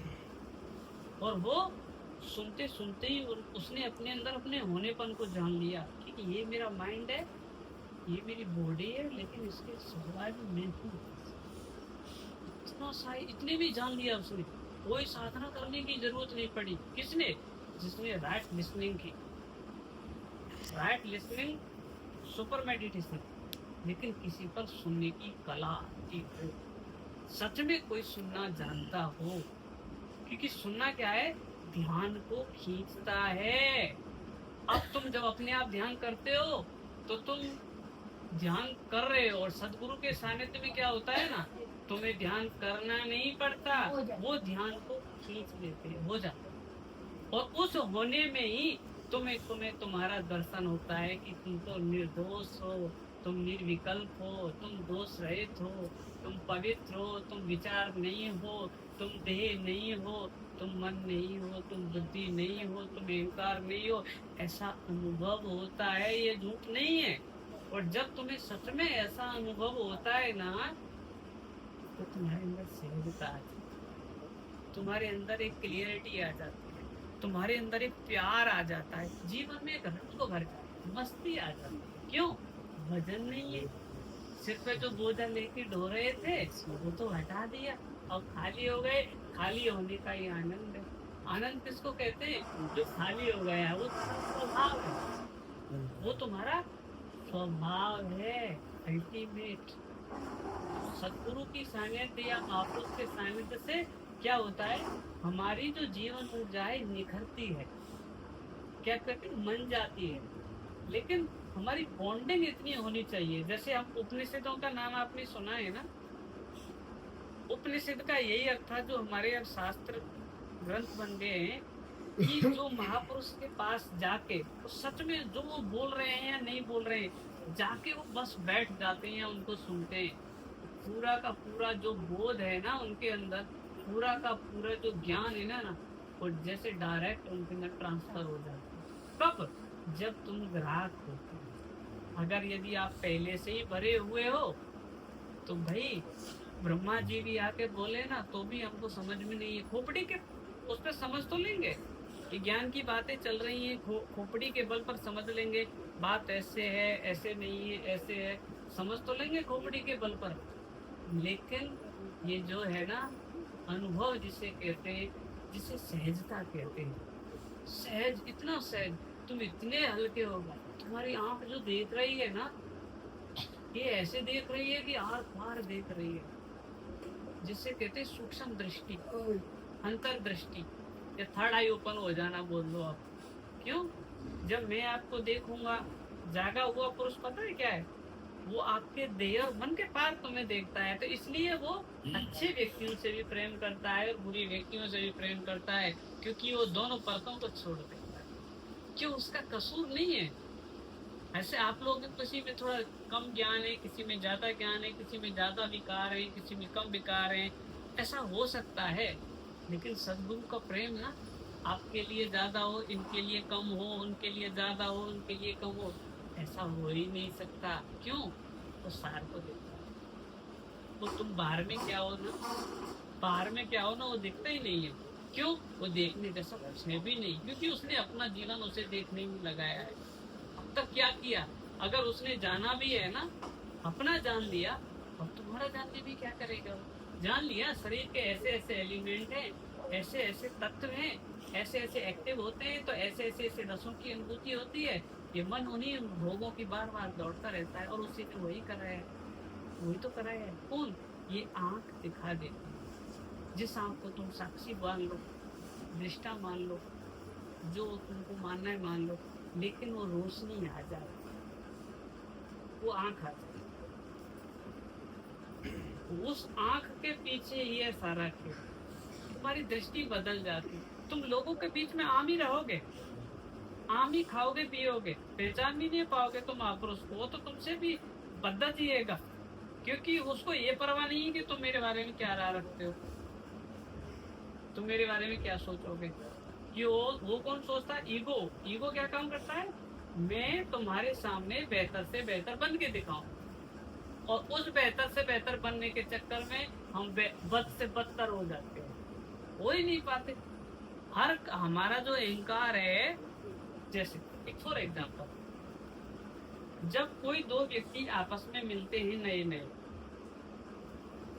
तो वो दोनों व्यक्ति क्या करते हैं? उसके अंदर जो बेस्ट जो होता है वो उसको देता है, झुकता है, नमस्कार करता है, हाँ इतना प्यारा ऐसे वो भी करता है। दोनों ने बराबर किया ना, अरे बंदा बहुत अच्छा है, बंदा बहुत शानदार है, बंदा बहुत मजेदार है, बहुत ग्रेट है। लेकिन वही व्यक्ति लगातार 2 महीने साथ रहे, और शुरुआत के दिन तो उन्होंने अपना अपना ओरिजिनल स्वरूप प्रकट किया, वही दिखाने वाला, और जो काल नेमी था, जो अंदर में जो तुम्हारी असली पहचान है, वो दोनों ने छुपा ली। अब महीने 2 महीने बाद क्या होता है कि दोनों की असलियत सामने आ जाती है। जैसे नहीं, नए लड़के लड़की आपस में प्रेम भाव में होते हैं, तो जब नए नए होते हैं तो बस वो समझो कि बस तुम ही परमात्मा और तुम ही सब कुछ हो, तुमसे दूसरा कोई दिखाई नहीं देता, क्योंकि उस मोमेंट में दोनों लड़का लड़की दोनों ही बेहतर कर रहे हैं प्रदर्शन। तो बेहतर प्रदर्शन करते हैं तो ये तो बहुत अच्छा है, बहुत अच्छा स्वभाव है। उस दिन बाद तो जाने ही, फिर वो असली रूप आते, फिर कहते तुम तो बड़ी जल्दी बदल गए, तुम तो ऐसे थे ही नहीं। और फिर जब थे नहीं, फिर उनका असली चीज जब चालू होती है, फिर नरक चालू होता है। और एक पहला काम किसने किया? माया ने मिलवाया तुमको, पता ही नहीं चला। तुम एक दूसरे के साथ जो गुजरगट्ट बांध लेते हो ना, ये गुजरगट्ट 2 दिन का ही है, उसके बाद तो फिर लो लंबी भावई है, मोटी इतनी है कि तुम मरोगे नहीं, गत सारी हो जाएंगी, शरीर ही नहीं छूटेगा, नहीं तो पिसेंगे तो बढ़िया। चक्की का कम से कम ऐसा तो है, पीस एकदम फिनिश कर दे, ये तो ऐसी है चक्की चलती रहती है, पिसाई बरकरार जा रही है, रोना धोना ये दुख। इसलिए जब शुरुआत हो, तुमसे कोई अच्छे से बात कर रहा हो, चाहे स्त्री वर्ग हो या पुरुष वर्ग हो, धोखे में मत आ जाना। और इसी धोखे में आकर के हर पुरुष वर्ग महिला वर्ग बर्बाद है। इसकी है, अगर तुम उनकी नाप तोल लिखो, समस्या सबसे पहले ये है, बॉन्डिंग ही नहीं है। क्यों? शुरुआत में तो तुमने बड़े भले इंसान बन के दिखाया, उनको छिपा लिया जो तुम सच में थे। अगर तुम पहले ही मिलने के वक्त ही अगर तुम अपने दूसरे चेहरे को दिखाते, पहले बार में रिजेक्ट कर देगा इंसान। किसी को बुरी चीज चाहिए ही नहीं, किसको चाहिए बुरी चीज? कोई बुरा आपके सामने करे और आप कैसे कहोगे ये मेरे पास आ जाए? तो माया का क्या खेल है? दोनों से क्या खेल ऐसे में उलझा के फिर दोनों को फंसा देती है। और माया का प्रपंच ऐसा है, फिर चाह के भी छोड़ भी नहीं पाते। ये क्या खेल है जिंदगी का? और ये पता है, ये तुम अपने पर एक्सपेरिमेंट करोगे ना, तब समझोगे दूसरों का दुख। अपने पर समझ, दूसरों पर अगर तुमने एक्सपेरिमेंट किए तो तुम कभी सच को नहीं समझोगे। खुद पर समझना, खुद के मन को चेक करना, खुद के अंदर जो तुम्हारे अंदर 2 चेहरे हैं ना, एक दूसरे से शुरुआत में मिलते हैं नए लोग, तुम कितने प्यार से हाथ मिलाते हो, कितने झुक जाते हो। अभी घर में पत्नी से लड़के ही आए, बाहर आके हाँ जी आओ मेरा बैठी, इतने झुक गए और अंदर से झगड़े में से आए, पता चली कोई बाहर आया है, ऐसे दोनों को दोनों सीधे हो गए कि इनमें लड़ाई नहीं हो रही है, झगड़ा ही नहीं हो रहा है। इतना रोल प्ले एक्टिव। वो उन बेचारों की इतनी गलती भी नहीं, उनको यही नहीं पता चल रहा वो कर क्या रहे, ये सच है। सच में यदि ऐसा उनको पता चल जाए तो क्यों ढोए वो इस जिंदगी को, स्वर्ग बना ले। लेकिन ढोए जा रहे हैं। क्यों? इसीलिए क्योंकि उन्होंने अपनी आंख से नहीं है। मेरे अंदर बेईमान भी है, क्रोध भी है, हिंसा भी है, वासना भी है, क्रोध भी है। अरे वो तो एक यंत्र है भाई, उपयोग के लिए बने हैं, उनका उपयोग है, वो तो हमको कोई समस्या दे ही नहीं रहे हैं। लेकिन हमारी जो जीवन ऊर्जा है, हमने उनके साथ कनेक्ट कर दो, और उनके जो अनुभव है वो बुरे हैं। जैसे तुम किसी से जेलसी कर रहे हो, जेलसी तुम खुद से तो करते नहीं हो, जेलसी का क्या है, किसी दूसरे व्यक्ति से करते हो, और जलते तुम हो। बड़ा मकान किसी पड़ोसी ने बनाया और जेलसी हमें हो रही है। क्यों हो रही है? वो मेहनत उसने की, कमाया उसने, बनाया उसने, जल आप रहे हो। क्योंकि ईगो इतना हाई फाई है और पता है ये जेलसी किससे होती है आपको बता दूं, जेलसी उसी से होती है जो तुम्हारे संबंध में कुछ ना कुछ लगता है। अभी पाकिस्तान में कोई कितनी बड़ी महल बना ले, आपको जेलसी नहीं होगी? कितना भी बना लो, कितने बड़े लोग बन जाए, जेलसी किससे होगी? आपका पड़ोसी है या कोई फैमिली मेंबर है या भाई भाई है, ये ऐसे आगे बढ़ी कैसे गया? तो इस खेल को समझ ही नहीं पा रहे हम। जेलसी कहाँ होती है? संबंध में, और जहाँ संबंध नहीं है वहाँ जेलसी नहीं होती। तो अब देख लो आप कैसा जीवन जी रहे हैं, कैसा जीवन जी रहे हैं। तो भाई गुरु नानक देव की इतनी सुंदरता पंक्ति है ये, इतनी सुंदरता में, क्योंकि इसका अनुभव जिया है। अगर सच में तुम्हें सच में साधु संग और सत्संग मिल जाएगा तो जो यात्रा तुम्हारी 6 साल लगेंगे ना, वो शायद तुमको 6 मिनट में या 6 सेकंड में या 6 दिन में करा दे। सच में साधु संग और सत्संग में। क्यों? ये आप जो अनुभव के बारे में बोल रहे थे अभी जस्ट टाइम क्वेश्चन किया था, ये मतलब मेडिटेशन टाइम में बैठते हैं तो अनुभव अगर झलक होती कहीं में डिफरेंस है, अनुभव लंबा होता है ऐसे, मतलब इन चीज़ों में कोई डिफरेंस होता है? नहीं, ये सेम ही है। जैसे झलक का क्या है? हम जैसे बोलिए। मान लो हम मेडिटेशन में बैठे हुए या खड़े या जो भी जैसे, और टाइम हमको मान लो 1.5 घंटा हो गया, 2 घंटा हो गया, जो भी है मेडिटेशन करने, अब उसमें जो भी प्रतीति हुई है ड्यूरिंग टाइम, तो मतलब जैसे ऐसे लगना का भी हमको 1 मिनट हुआ है, 2 मिनट हुआ है, 2.5 मिनट हुआ है, तो हम जगाएंगे। तो मतलब ये क्या है, क्या होता है कि टाइमलेस, जो तुम्हारा ओरिजिनल स्वरूप है ना, हम इसको समझ लेते हैं। जो तुम्हारा ओरिजिनल स्वरूप है फंडामेंटली जो तुम हो, वो टाइमलेस है, उसमें समय नहीं है। समय कहाँ होता है? मन के हिस्से में। अगर तुम्हारे मन में बार बार बीच बीच में मन आएगा तो आपको याद दिलाएगा टाइम की। अब जैसे ही तुम्हारे अंदर कोई ऐसा सुखद अनुभव हो रहा है, या स्पेस में तुम जा रहे हो, या अंदर में एक ऐसी प्रतीति हो रही है कि भाई तुम एक हो, ऐसा कुछ है, तो उसमें क्या होगा? टाइमलेस, तुमको टाइम का पता ही नहीं चलेगा। आप घंटे बैठे हो तो पता चलेगा कि 2-3 मिनट ही हुई है, 2-3 दिन भी आपको ऐसे लगते हैं कि कुछ ही समय हुआ है। तो वो क्या है? वो बहुत सुंदरतम और बेहतर चीज है। इसका तात्पर्य क्या है कि उतनी देर के लिए तुम स्पेस में आ गए और स्पेस में टाइम नहीं। मन से बाहर निकलो। हाँ, उससे बाहर हो गए, टाइमलेस। बाबा जब हम क्रोध आता है तो हमें दिखते क्यों नहीं, हम उसे देख नहीं पाते हैं, उससे पहले हम उसे वो हमारे ऊपर हावी हो जाता है। हाँ, तो इसका तात्पर्य क्या है कि जो हमारी अवेयरनेस है ना, वो अभी 25% है। यदि अवेयरनेस आपकी 90.9% होगी ना, 90% के आसपास हो जाएगी, 100% के आसपास। क्रोध की तो बहुत, क्रोध क्या है मैं अभी आपको समझा देता हूँ। जैसे क्रोध है, चाहे इच्छा ले लो, वासना ले लो, काम ले लो, कोई भी, सब एक ही चीज समझ रहे हो। सबसे पहले तुम्हारे मन में एक क्रोध का या वासना का एक विचार क्लिक होता है, ठीक है? सबसे पहले तुम्हारे मन में वासना का या काम का या क्रोध का एक विचार है, ठीक है? वो बच्चा रहे मेरा। अब वो जो विचार है, अब जब विचार होगा तो तुरंत तुमको क्रोध नहीं हो सकता। अब विचार को, उस मैसेज को बॉडी तक पहुंचाने के लिए कुछ टाइम लगता है। यदि वही वो विचार विदा हो गया, किसी के प्रति कोई बात थी और वो याद आई और वही चली गई, तो कोई बात नहीं है।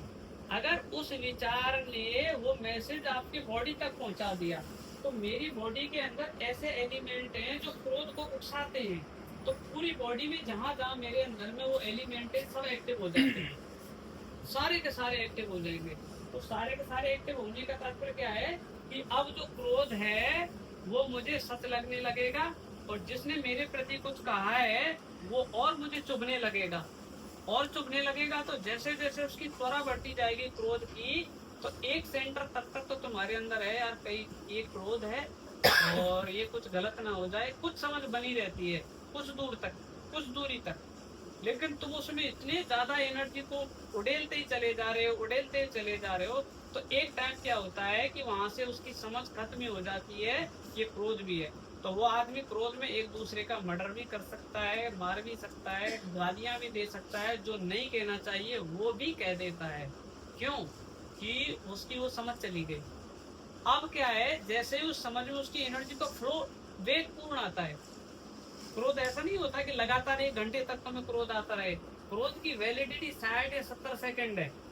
इतने में ही वो कुछ ना कुछ करके चला जाएगा, और उसके बाद जैसे वो वेग चला जाएगा, जैसे तूफान चला जाता है, उसके बाद जो सन्नाटा घेरता है ना, उसमें तुम्हें फिर ज्ञान उदय होता है, यार बात तो इतनी छोटी सी थी, इससे इतना गंदा बोल दिया मैंने इसको थप्पड़ मार दिया, इस पे गोली मार दी, मैंने मर्डर कर दिया।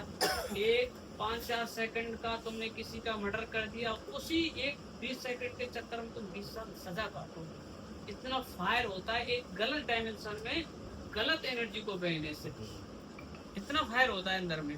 तो इसका तात्पर्य क्या है कि अगर तुम्हें हावी होने का पता नहीं चल रहा है, तो जो अवेयरनेस है वो अवेयरनेस की कमी है, जागरूकता। तो उसको बढ़ाए कैसे? उसको बढ़ाना नहीं है, सिर्फ आप देखना चालू करो।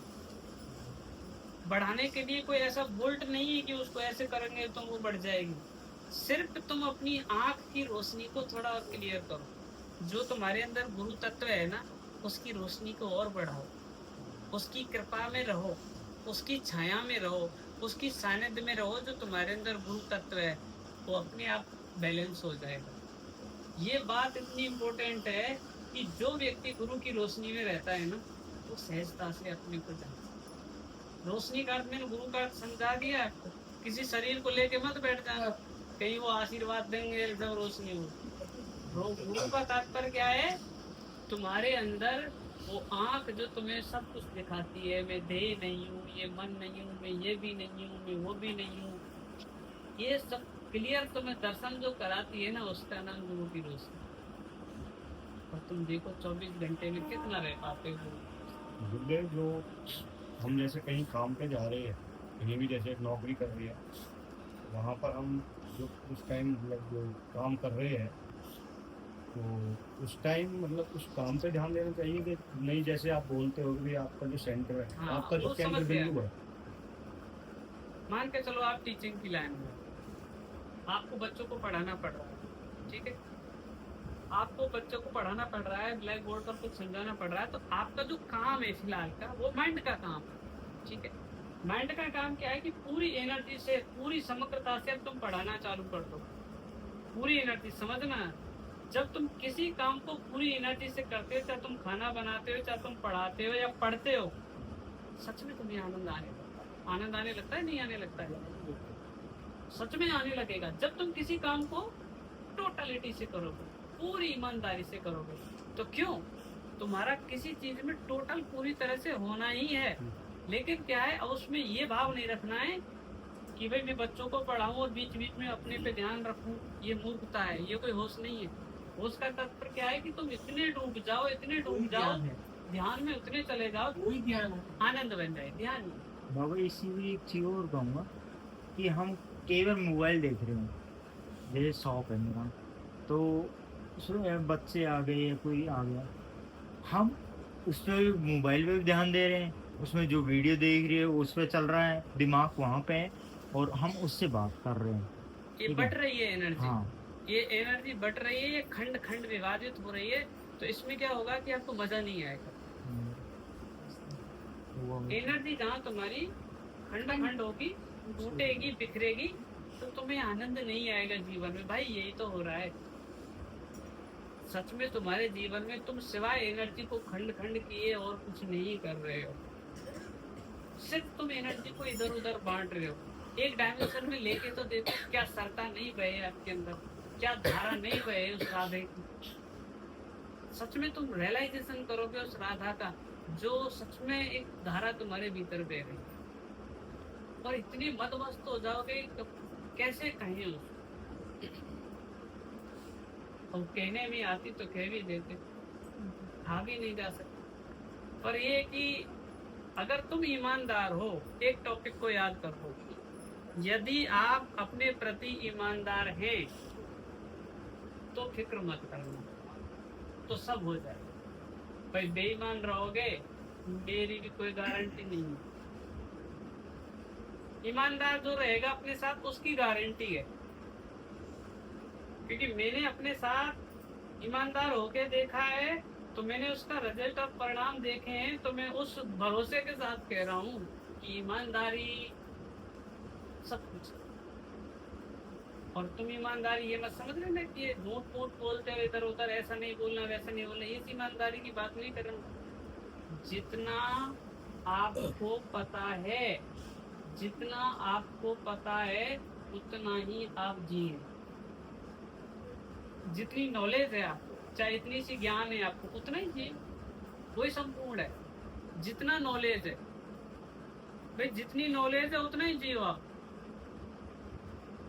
और लेकिन हम क्या है, हमें नॉलेज तो इतनी है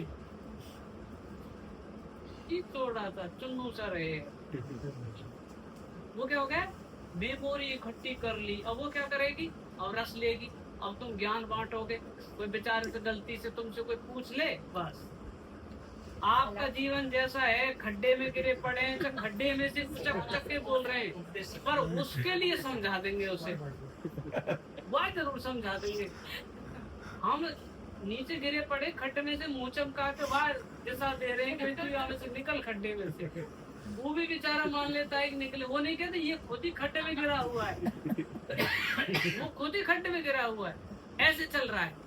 एक दूसरे खड्डे में गिरे हुए हैं और निकालने की बातें चल रही है, निकलो, कोई नहीं निकल पा रहा है। पहले खुद खड्डे में से निकलो, और कैसे निकलना है वो तुम्हें पता है। और नहीं पता है, जिस साधु महापुरुष से, सदगुरु से तुम्हारा संपर्क है, सच्ची श्रद्धा से, सच्ची ईमानदारी से टोटल सरेंडर कर दो, जैसे भी तुम हो, और वो जो उनके पास होगा ना, वो क्षण भर में आपके भीतर ट्रांसफर हो जाएगा। और ऐसा नहीं कि वो करेंगे, हो जाए। ऐसा नहीं वो करेंगे, अगर वो करेंगे तो फिर वो भी गए, फिर वो गुरु ही नहीं है। अगर वो कहे कि तुम आ जाओ मैं कर दूं, वही, अगर जैसे मान के चलो इधर से पानी बह रहा है, इधर ढलान है, उसका स्वभाव ही ढलान की तरफ है ना। तो सच्चा शिष्य, जो सच्चा शिष्य होता है ना, वही एक दिन गुरु होता है। जो सच्चा शिष्य ना हो सका वो खाट गुरु होगा। क्यों? सच्चा शिष्य का होना ही गुरु का होना है। क्यों? वो शिष्य उसकी शुरुआत है, गुरु उसका अंत। लेकिन है वो एक ही, दो नहीं है। ये शिष्य अलग हो, गुरु अलग हो, लेकिन उसके अंदर वो शिष्य भाव हो, इतनी ईमानदारी हो, इतनी प्राण हो उसके भीतर, इतने प्राण हो जिसकी हम कल्पना भी नहीं कर सकते। ऐसे प्राण हो ईमानदार शिष्य के होने, तो क्यों ना ट्रांसफॉर्मेशन होगा। आप देखो तो सही, सर को रख के देखो तो सही। एक खोपड़ी के साथ साथ जो भीतर वाले की रखने की बोल रहा हूँ, कहीं इसको तो तुम रोज कई बार चरण छूते हो दिन में, इसके साथ इसको भी रख दिया करो। और ये जैसे रखा जाएगा ना, तुरंत वो अपने आप ट्रांसफर हो जाएगा। क्यों? हम दो थोड़े ही हैं, एक ही। जैसे जब तक बूंद सागर से अलग थी, तो वो अपनी आइडेंटिटी बनाए घूम रही थी, मैं ये हूँ, मैं फलानी हूँ, ढिमकी हूँ, ये हूँ, वो हूँ। और जैसे ही वो सागर में गिरी, वो भूल ही सागर बन गई। गई। तो गुरु और शिष्य का ऐसा ही है। लेकिन सागर भी पानी है, बूंद भी पानी है। सागर भी पानी है, जल है, और बूंद भी जल है। लेकिन अब वो अपने को जुदा मान रही है। ऐसे ही हमारा जो अहंकार है, हम इस टॉपिक को एक लास्ट मोमेंट में, एक बहुत महत्वपूर्ण पॉइंट पर हम इसको खत्म करेंगे, कि जो हमारी दो आइडेंटिटी है, एक ओरिजिनल आइडेंटिटी और एक झूठी आइडेंटिटी। दो आइडेंटिटी है, एक ओरिजिनल और एक झूठी। आप, हम सब क्या है कि ज्यादातर झूठी आइडेंटिटी में जीते हो। और झूठी आइडेंटिटी कौन सी? जो आइडेंटिटी तुम्हें समाज ने दी है, झूठी आइडेंटिटी कौन सी? जैसे नाम तुम्हें माँ बाप ने दिया है, कोई पंडित ने रख दिया है, ये सारी चीजें। तुम प्रोफेसर हो, तुम इंजीनियर हो, तुम डॉक्टर हो, तुम प्रधानमंत्री हो, तुम अच्छे हो, तुम बुरे हो, तुम समाज सेवी हो, ये सारी सारी आइडेंटिटी, उसमें तुम भी अपने को मान लेते हो मैं फलाना हूँ, और वो है ही नहीं। अब ये जो झूठी आइडेंटिटी है, ये झूठी आइडेंटिटी हमारा विनाश का कारण है। एक आइडेंटिटी और भी है, तुम्हारा होना, सिर्फ तुम्हारा होना मात्र, सिर्फ होना मात्र, इसमें कोई लाग लपेट नहीं, तुम हो, वो तुम्हारी ओरिजिनल आइडेंटिटी। तो जो झूठी आइडेंटिटी है, इस आइडेंटिटी से पहचान छुड़ाओ, और जो तुम सच में हो, ईमानदारी में। देखो, तुम्हारे बिना हुए तुम ना तो पुण्य कर सकते हो, ना पाप कर सकते हो, कुछ नहीं कर सकते। तुम होना ही तुम्हारा, पाप भी तुम ही करते हो, पुण्य भी तुम ही करते हो। अब वो जो होना है वो परमात्मा ही है, और पाप भी परमात्मा ही कर रहा है, पुण्य भी परमात्मा ही कर रहा है। लेकिन इसको अब कुछ लोग इसको समझ सकते हैं, कुछ की समझ में नहीं आएगा। ज्यादातर लोगों की समझ में यही आता है ना कि सब लोगों के अंदर भगवान ही है, तो ये लोग पाप पुण्य क्यों करते हैं, एक दूसरे का मर्डर क्यों कर देते हैं, एक दूसरे का गला क्यों रोक देते हैं, बलात्कार क्यों हो रहे हैं, जब सभी के अंदर भगवान है। तो ऐसा नहीं होना चाहिए। ये तुम्हारे दिमाग में क्वेश्चन उठेगा, लेकिन ये क्वेश्चन का जवाब है ना, वो आंसर से नहीं आने वाला है, वो रियलाइजेशन से आने वाला है, अनुभव से। वो जवाब किससे आएगा? अनुभव से। और जो ज्ञान तुम्हें मुक्त ना कर सके, वो ज्ञान नहीं है, वो एक इकट्ठा किया हुआ कचरा है। ज्ञान क्या है, बोध क्या है? जो तुम्हें मुक्त कर, जो तुम्हें सहज कर, सरल बना, पवित्र बना, उसको ज्ञान का तात्पर्य है। जैसे ज्ञान हो जाओगे, सरल हो जाओगे, सहज हो जाओगे। सहज होने तो भक्त है, पर लोग इनमें भी झोड़ हो रही है। कोई भक्ति की प्रशंसा में मर रहा है, कोई ज्ञान की प्रशंसा में मर रहा है, कोई ध्यान की प्रशंसा में मर रहा है। अपने अपने लोगों को अब सब लोग बड़ा बता रहे, जबकि वो एक ही है, वो है ही नहीं अलग। स्टार्टिंग मनुष्य की कहीं से अलग हो सकती है। कोई बौद्धिक ज्यादा है, उसकी ज्ञान से हो सकती है। हृदय वाला है, उसकी समर्पण से हो सकती है। किसी का क्रिया में बिलीव है, तो कर्मयोग के द्वारा हो सकती है। कहीं ना कहीं से स्टार्टिंग हो जाएगी। आना एक अपने होने पर करो, बचोगे तुम ही। जितना भी तुमने इकट्ठा किया है वो सब जल जाए, उसके बाद जो बचेगा वो तुम, जो भी इकट्ठा किया। अब क्या क्या इकट्ठा किया है भैया, उसे अब देखा करो।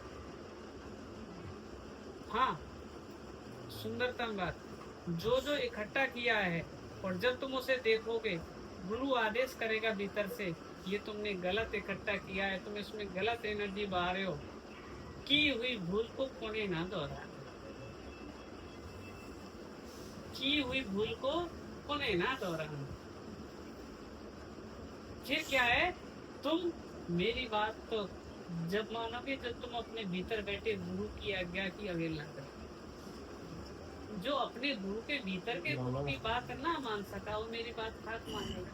मैं तो बोलता ही हूँ आपके भाई आप ध्यान करो, देखो, बैठो, लेकिन वही ज्यादा मेरी बात मानेगा जो अपने भीतर के गुरु की बात मानता है। और वही है, और एवरी मोमेंट हमें बताता है कि ये 2 घंटे तूने खराब कर दिए, लेकिन कल फिर उन 2 घंटे को खराब कर देते हैं। ये गुरु की मुश्किल है, ये गुरु की कृपा। अब बताओ, कहते हैं कि गुरु की कृपा नहीं है हम पर, गुरु की तो खूब कृपा है, तुम्हें बता रहा है वो, पर तुम तो इतने अंधे हो कि वो समझ ही नहीं पा रहे। तो गुरु की बराबर तो करुणावान मैंने कोई देखा ही नहीं। वो तो इतना करुणावान है कि उसके पास है ही नहीं करुणा के सिवाय, पर वो असहाय है। वो असहाय कैसे? बिना ग्राह के वो भी कुछ नहीं कर सकता। बिना ईमानदार शिष्य के वो भी ट्रांसफॉर्मेशन नहीं कर सकता, वो भी रूपांतरण नहीं कर सकता। जो सच्चा शिष्य है उसके अंदर ओरिजिनलिटी में ही ट्रांसफर हो जाता है। तो प्योरिटी क्या है? तुम्हारा होनापन। अगर जिनको अपना होनापन शब्द नया लग रहा हो सुनने में, तो थोड़े दिन बैठा करो, कुछ दिन अगर 2-3 महीने बैठो और संपर्क में रहो, फिर आ जाएगी समझ में। और जो होनेपन को समझ लेते हैं उनका वक्त अब साधनाओं का नहीं रहा है, उनका वक्त है होने में विश्राम। अब वो गलती से भी कोई साधना मत करना। वो लोग कौन? जो होनेपन से परिचित हैं। ना कोई साधना विपස්සना करनी है, ना सांस पे ध्यान करना है, ना कोई मंत्र करना है, ना कोई तंत्र करना है, ना कोई विधि, कुछ नहीं करना है। जो करोगे तो आउट हो जाओगे। किन के लिए बोला जा रहा है ये? जो होनेपन को जी लेते हैं कभी, बस उसमें ठहर जाओ, चैतन्य में विश्राम। कुछ नहीं करना है, बस होना है। ये उनके लिए है जो अपने को थोड़ी सुगंध ले चुके हैं। जिन्होंने नहीं लिए वो भैया अभी थोड़े पैर हाथ हिलाओ, एक दिन जब थक जाओगे तो तुम भी वहीं आ जाओगे। हाँ, किसी किसी की क्षमता इतनी पावरफुल होती है कि जैसे हम होनेपन का बात बोल रहे हैं और वो तुरंत अंदर में समझ रहे हैं, तो उन्हें करने की भी आवश्यकता नहीं है। बस जो होने को जो समझ रहे हो, मेरा होना क्या है, मन और शरीर से, मन और तन से पीछे जो कोई खड़ा है ना, वो तुम ही हो। मन को जहाँ से कमांड मिलती है वो तुम ही हो। अब देखो, इतनी पैनी नजर चाहिए। मन को कमांड कहाँ से आ रही है? क्योंकि मन तो बेचारा एक यंत्र है, जैसे फोन है, बिना हमारे जुड़े इसका कोई फंक्शन अपडेट नहीं होता।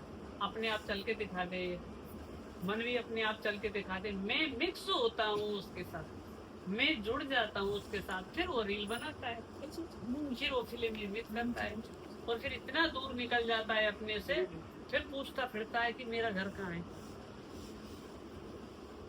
अपने घर से इतना बाहर निकल के फिर रहा है जगह जगह, भाई मेरा घर कहाँ है,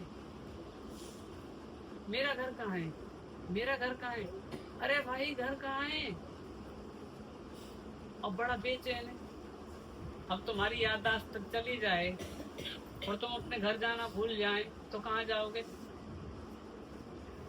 आप तुम्हारी सबकी मेमोरी अगर साफ कर दी जाए, कोई है जो अपने घर पहुंच जाएगा?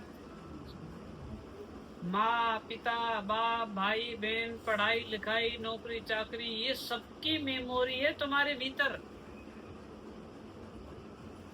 इसकी वजह से जो, देखो एक और प्यारी बात, जो आने वाला कल है ना, उसको तुम पता है कैसा जियोगे?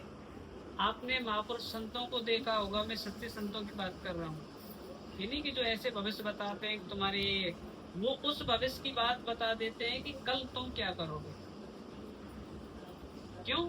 एवरी मोमेंट, वो प्रेजेंट मोमेंट में जिस समय अब तुम्हारी माइंड की जो कंडीशन है ना, उसने क्या पास्ट लेके रखा है, आने वाले कल में वही होगी। जो तुम्हारी मेमोरी में भरा है ना, कल वही होगा। थोड़ी भी थी समझ है तो इसको समझो गौर से। कल तुम वही करोगे जो तुम्हारी मेमोरी में फिलहाल। अगर कल को बेहतर बनाना है तो आज को जी लो, आज, कल अपने आप बेहतर हो जाएगा। और ये जो आज है, आने वाले कल के लिए पास्ट बन जाएगा।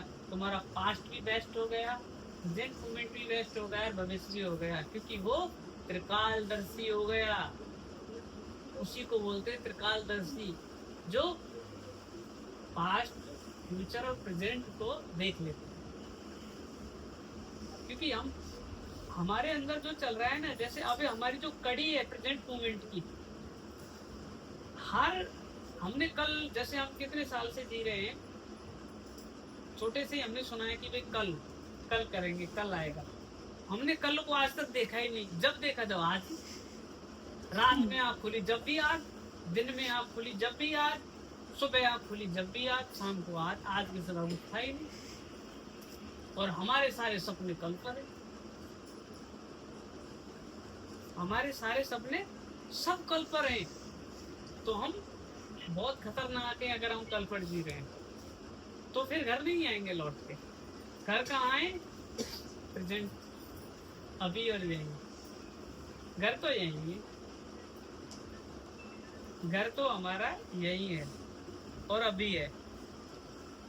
घर तो यही है, सच्चा घर तो यही। आप इसमें जाने में आप जितना टाइम लगाओ,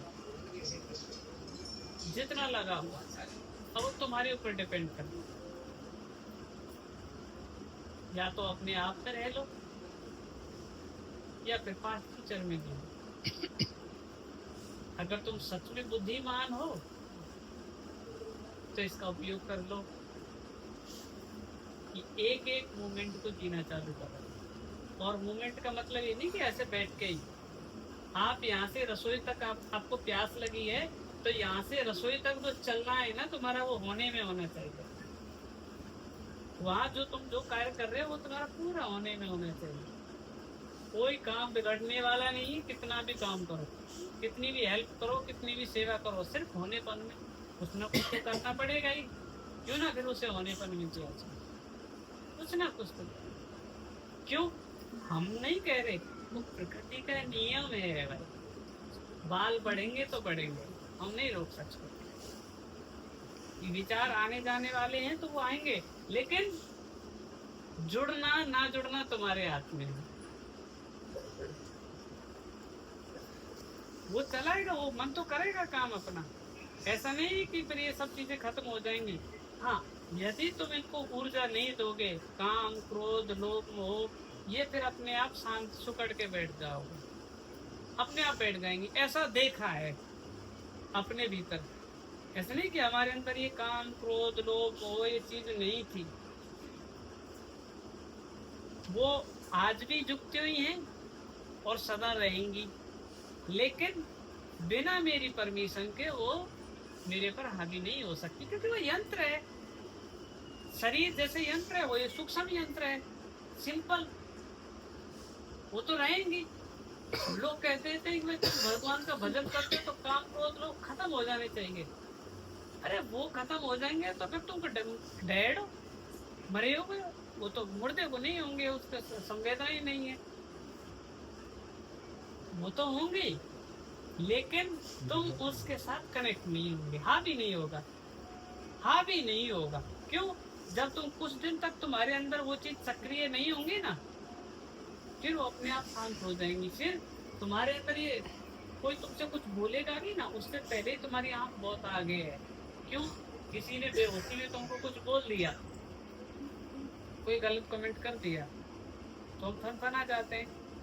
तो वो जो जागा हुआ पुरुष है क्या करता है ना, वो उससे पहले एक्स्ट्रा है। अरे इस बेचारे को होश होता, इस बेचारे को समझ होती, क्यों बोलता है? समझ नहीं है उसको। इसको समझ होती तो क्यों करता है ऐसा?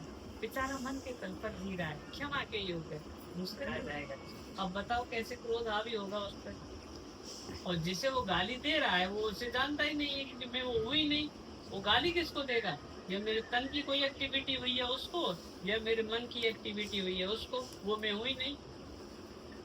वो तो इनसे ही परिचित है ना, मैं तो सदा से हूँ ना इनके पीछे। बाहरी पहचान कोई तो गाली गुप्ता देगा, वो मैं हुई नहीं, तो उसको वहां से आएगी यार बेचारा बेहोश। कैसे उस पर आए? कैसे वासना उठेगी? कि वासना मन का शरीर की खुराक है, इसकी अब जरूरत ही नहीं रही, तो उसके साथ जुड़ेगा नहीं, तो सेल्स ही एक्टिव नहीं होंगे। जब वो सेल्स ही एक्टिव नहीं होंगे तो वासना ही नहीं पैदा होगी, क्योंकि वो उनको खुराक ही नहीं दे रहा है। तो वो इतना शांत हो जाएगा, इतना शांत हो जाएगा, उस क्यों जब चाहे तब यूज भी कर सकता है। क्यों? भगवान कृष्ण थे, जब शिशुपाल उसको धार धार धार धार गालियां दे रहा था, तो कृष्ण तो जानते थे ना अपने आप को, ये ऐसे नहीं मानेगा। नेगेटिव एनर्जी को नेगेटिव एनर्जी से काटना पड़ेगा। शिशुपाल मान जाए या गलती, आप सीमा क्रॉस कर रहे हो। अगर 100 भी गाली दी ना तो आपको इसको भुगतना पड़ेगा, क्योंकि नेगेटिव एनर्जी को नेगेटिव एनर्जी से काटना पड़ेगा। तो उन्होंने उसको काट दिया। फिर कहीं कहीं हमको अगर जरूरत पड़े तो महापुरुष क्रोध का भी यूज कर लेते, शिष्यों पे ही कर लेंगे। ये प्यार से तो हैंडल हो नहीं रहे, इनको फिर ऐसा बनावटी दिखाते हैं, वो अंदर में तो वही होते निर्मल, बाहर से लाल आंखें कर देंगे। तो इसलिए लाल आंखें इसलिए करेंगे कि तुम थोड़े प्रेजेंट में आए, और तुमको निखाला से ऐसे ही छोड़ दिया जाए ना, ये तो कुछ कहते ही नहीं है, बड़बड़ चलती रहेगी तुम्हारे। आपने गुरजीएफ का नाम सुना होगा, इतना पावरफुल आदमी था, हिल जाए इतना सा हिल भी गए ना, और इतनी सीधा डंडा पड़ता था, इतना अटेंशन रखता था उस शिष्यों को, बुद्धि बना के छोड़ता था वो। ऐसे हैं वो इसीलिए क्योंकि तो तुम इतने सोए हुए हो कि बिना मार के जग भी नहीं सकते। अब मार दो तरह की होती है, एक शरीर की मार और एक मन की मार। अब गुरु लोग एक मार का यूज करेंगे, या तो आपको मन पर मार करेंगे या आपके शरीर पर मार करेंगे। शरीर पर मार तो ना के बराबर कोई करता है, ना कि सदगुरु तो सब मन पर मार करता भोजन की बात करेंगे सच है। हाँ चलो जमीन मन पे मार कैसे करते हैं, मन पे मार कैसे करते हैं? जैसे मन पर मार करने का तात्पर्य क्या होता है, जैसे शरीर पर मार करने का अर्थ हो गया कि बाहर से कोई चीज ली और उसको चोट पहुंचाई। चोट पहुंचाई तो क्या हुआ, जब चोट पड़ेगी बॉडी में हमारी में कहीं कोई जोर से डंडा लगे तो वो क्या होगा कि हमारी सारी चेतना इकट्ठी होके वहां आ जाएगी। ठीक है, जब वहां इकट्ठी होके आ जाएगी तो हम पिटना नहीं चाहते, हम पिटना नहीं चाहते। फिर तो दो क्वेश्चन हमारे अंदर उठेंगे, हम तन की बात कर रहे हैं पहले, फिर खुद की बात करेंगे। दो क्वेश्चन उठेंगे, या तो हमें पिटना नहीं, यहाँ से भाग जाएं, या फिर वो चेतना तो जागेगी यार हमने मिस्टेक की, गलती की, आगे से नहीं करनी है। अगर हम गुरु को समर्पित है तो मार डाल उसमें क्या है। तो फिर क्या है, वो चेतना जाकर चेतना लौटाइए उसकी, जो बाहर से जो चोट पहुंचाते हैं उससे क्या चेतना लौटती है। अब जैसे मन पर मार करने का तात्पर्य क्या होता है, ये जो अभी आप इतनी देर से आप सुन रहे हो ना, ये और कुछ नहीं है, मन की मार है, और कुछ नहीं है, सिर्फ डायरेक्ट आपके मन पर प्रहार किया जा रहा है। क्योंकि आपका जो मन है ना वो बहुत नीचे की ओर चला गया है, और आपकी चेतना का शिखर ऊपर है। मन की मार क्या है, ट्रू सत्संग, सच्चा सत्संग, मन की मार। क्यों मन, यानी कि तो मन का जो फैला हुआ विस्तार था ना उसमें नहीं है। अब तुम अपने पास लौट लौट के, मन पर चोट क्या पड़ रही है, तुम देह नहीं हो, तुम मन नहीं हो, तो फिर मैं क्या हूँ, ऐसा तुमने अपने को देखना चालू किया और तुमको दिख गया, बात बन गई, मर गया मन। वो मन को मार दूसरी तरह से कर, तो पर ये प्योरिटी हो ऐसा। चलो आज के लिए इतना ही। बोलो सतगुरुदेव भगवान।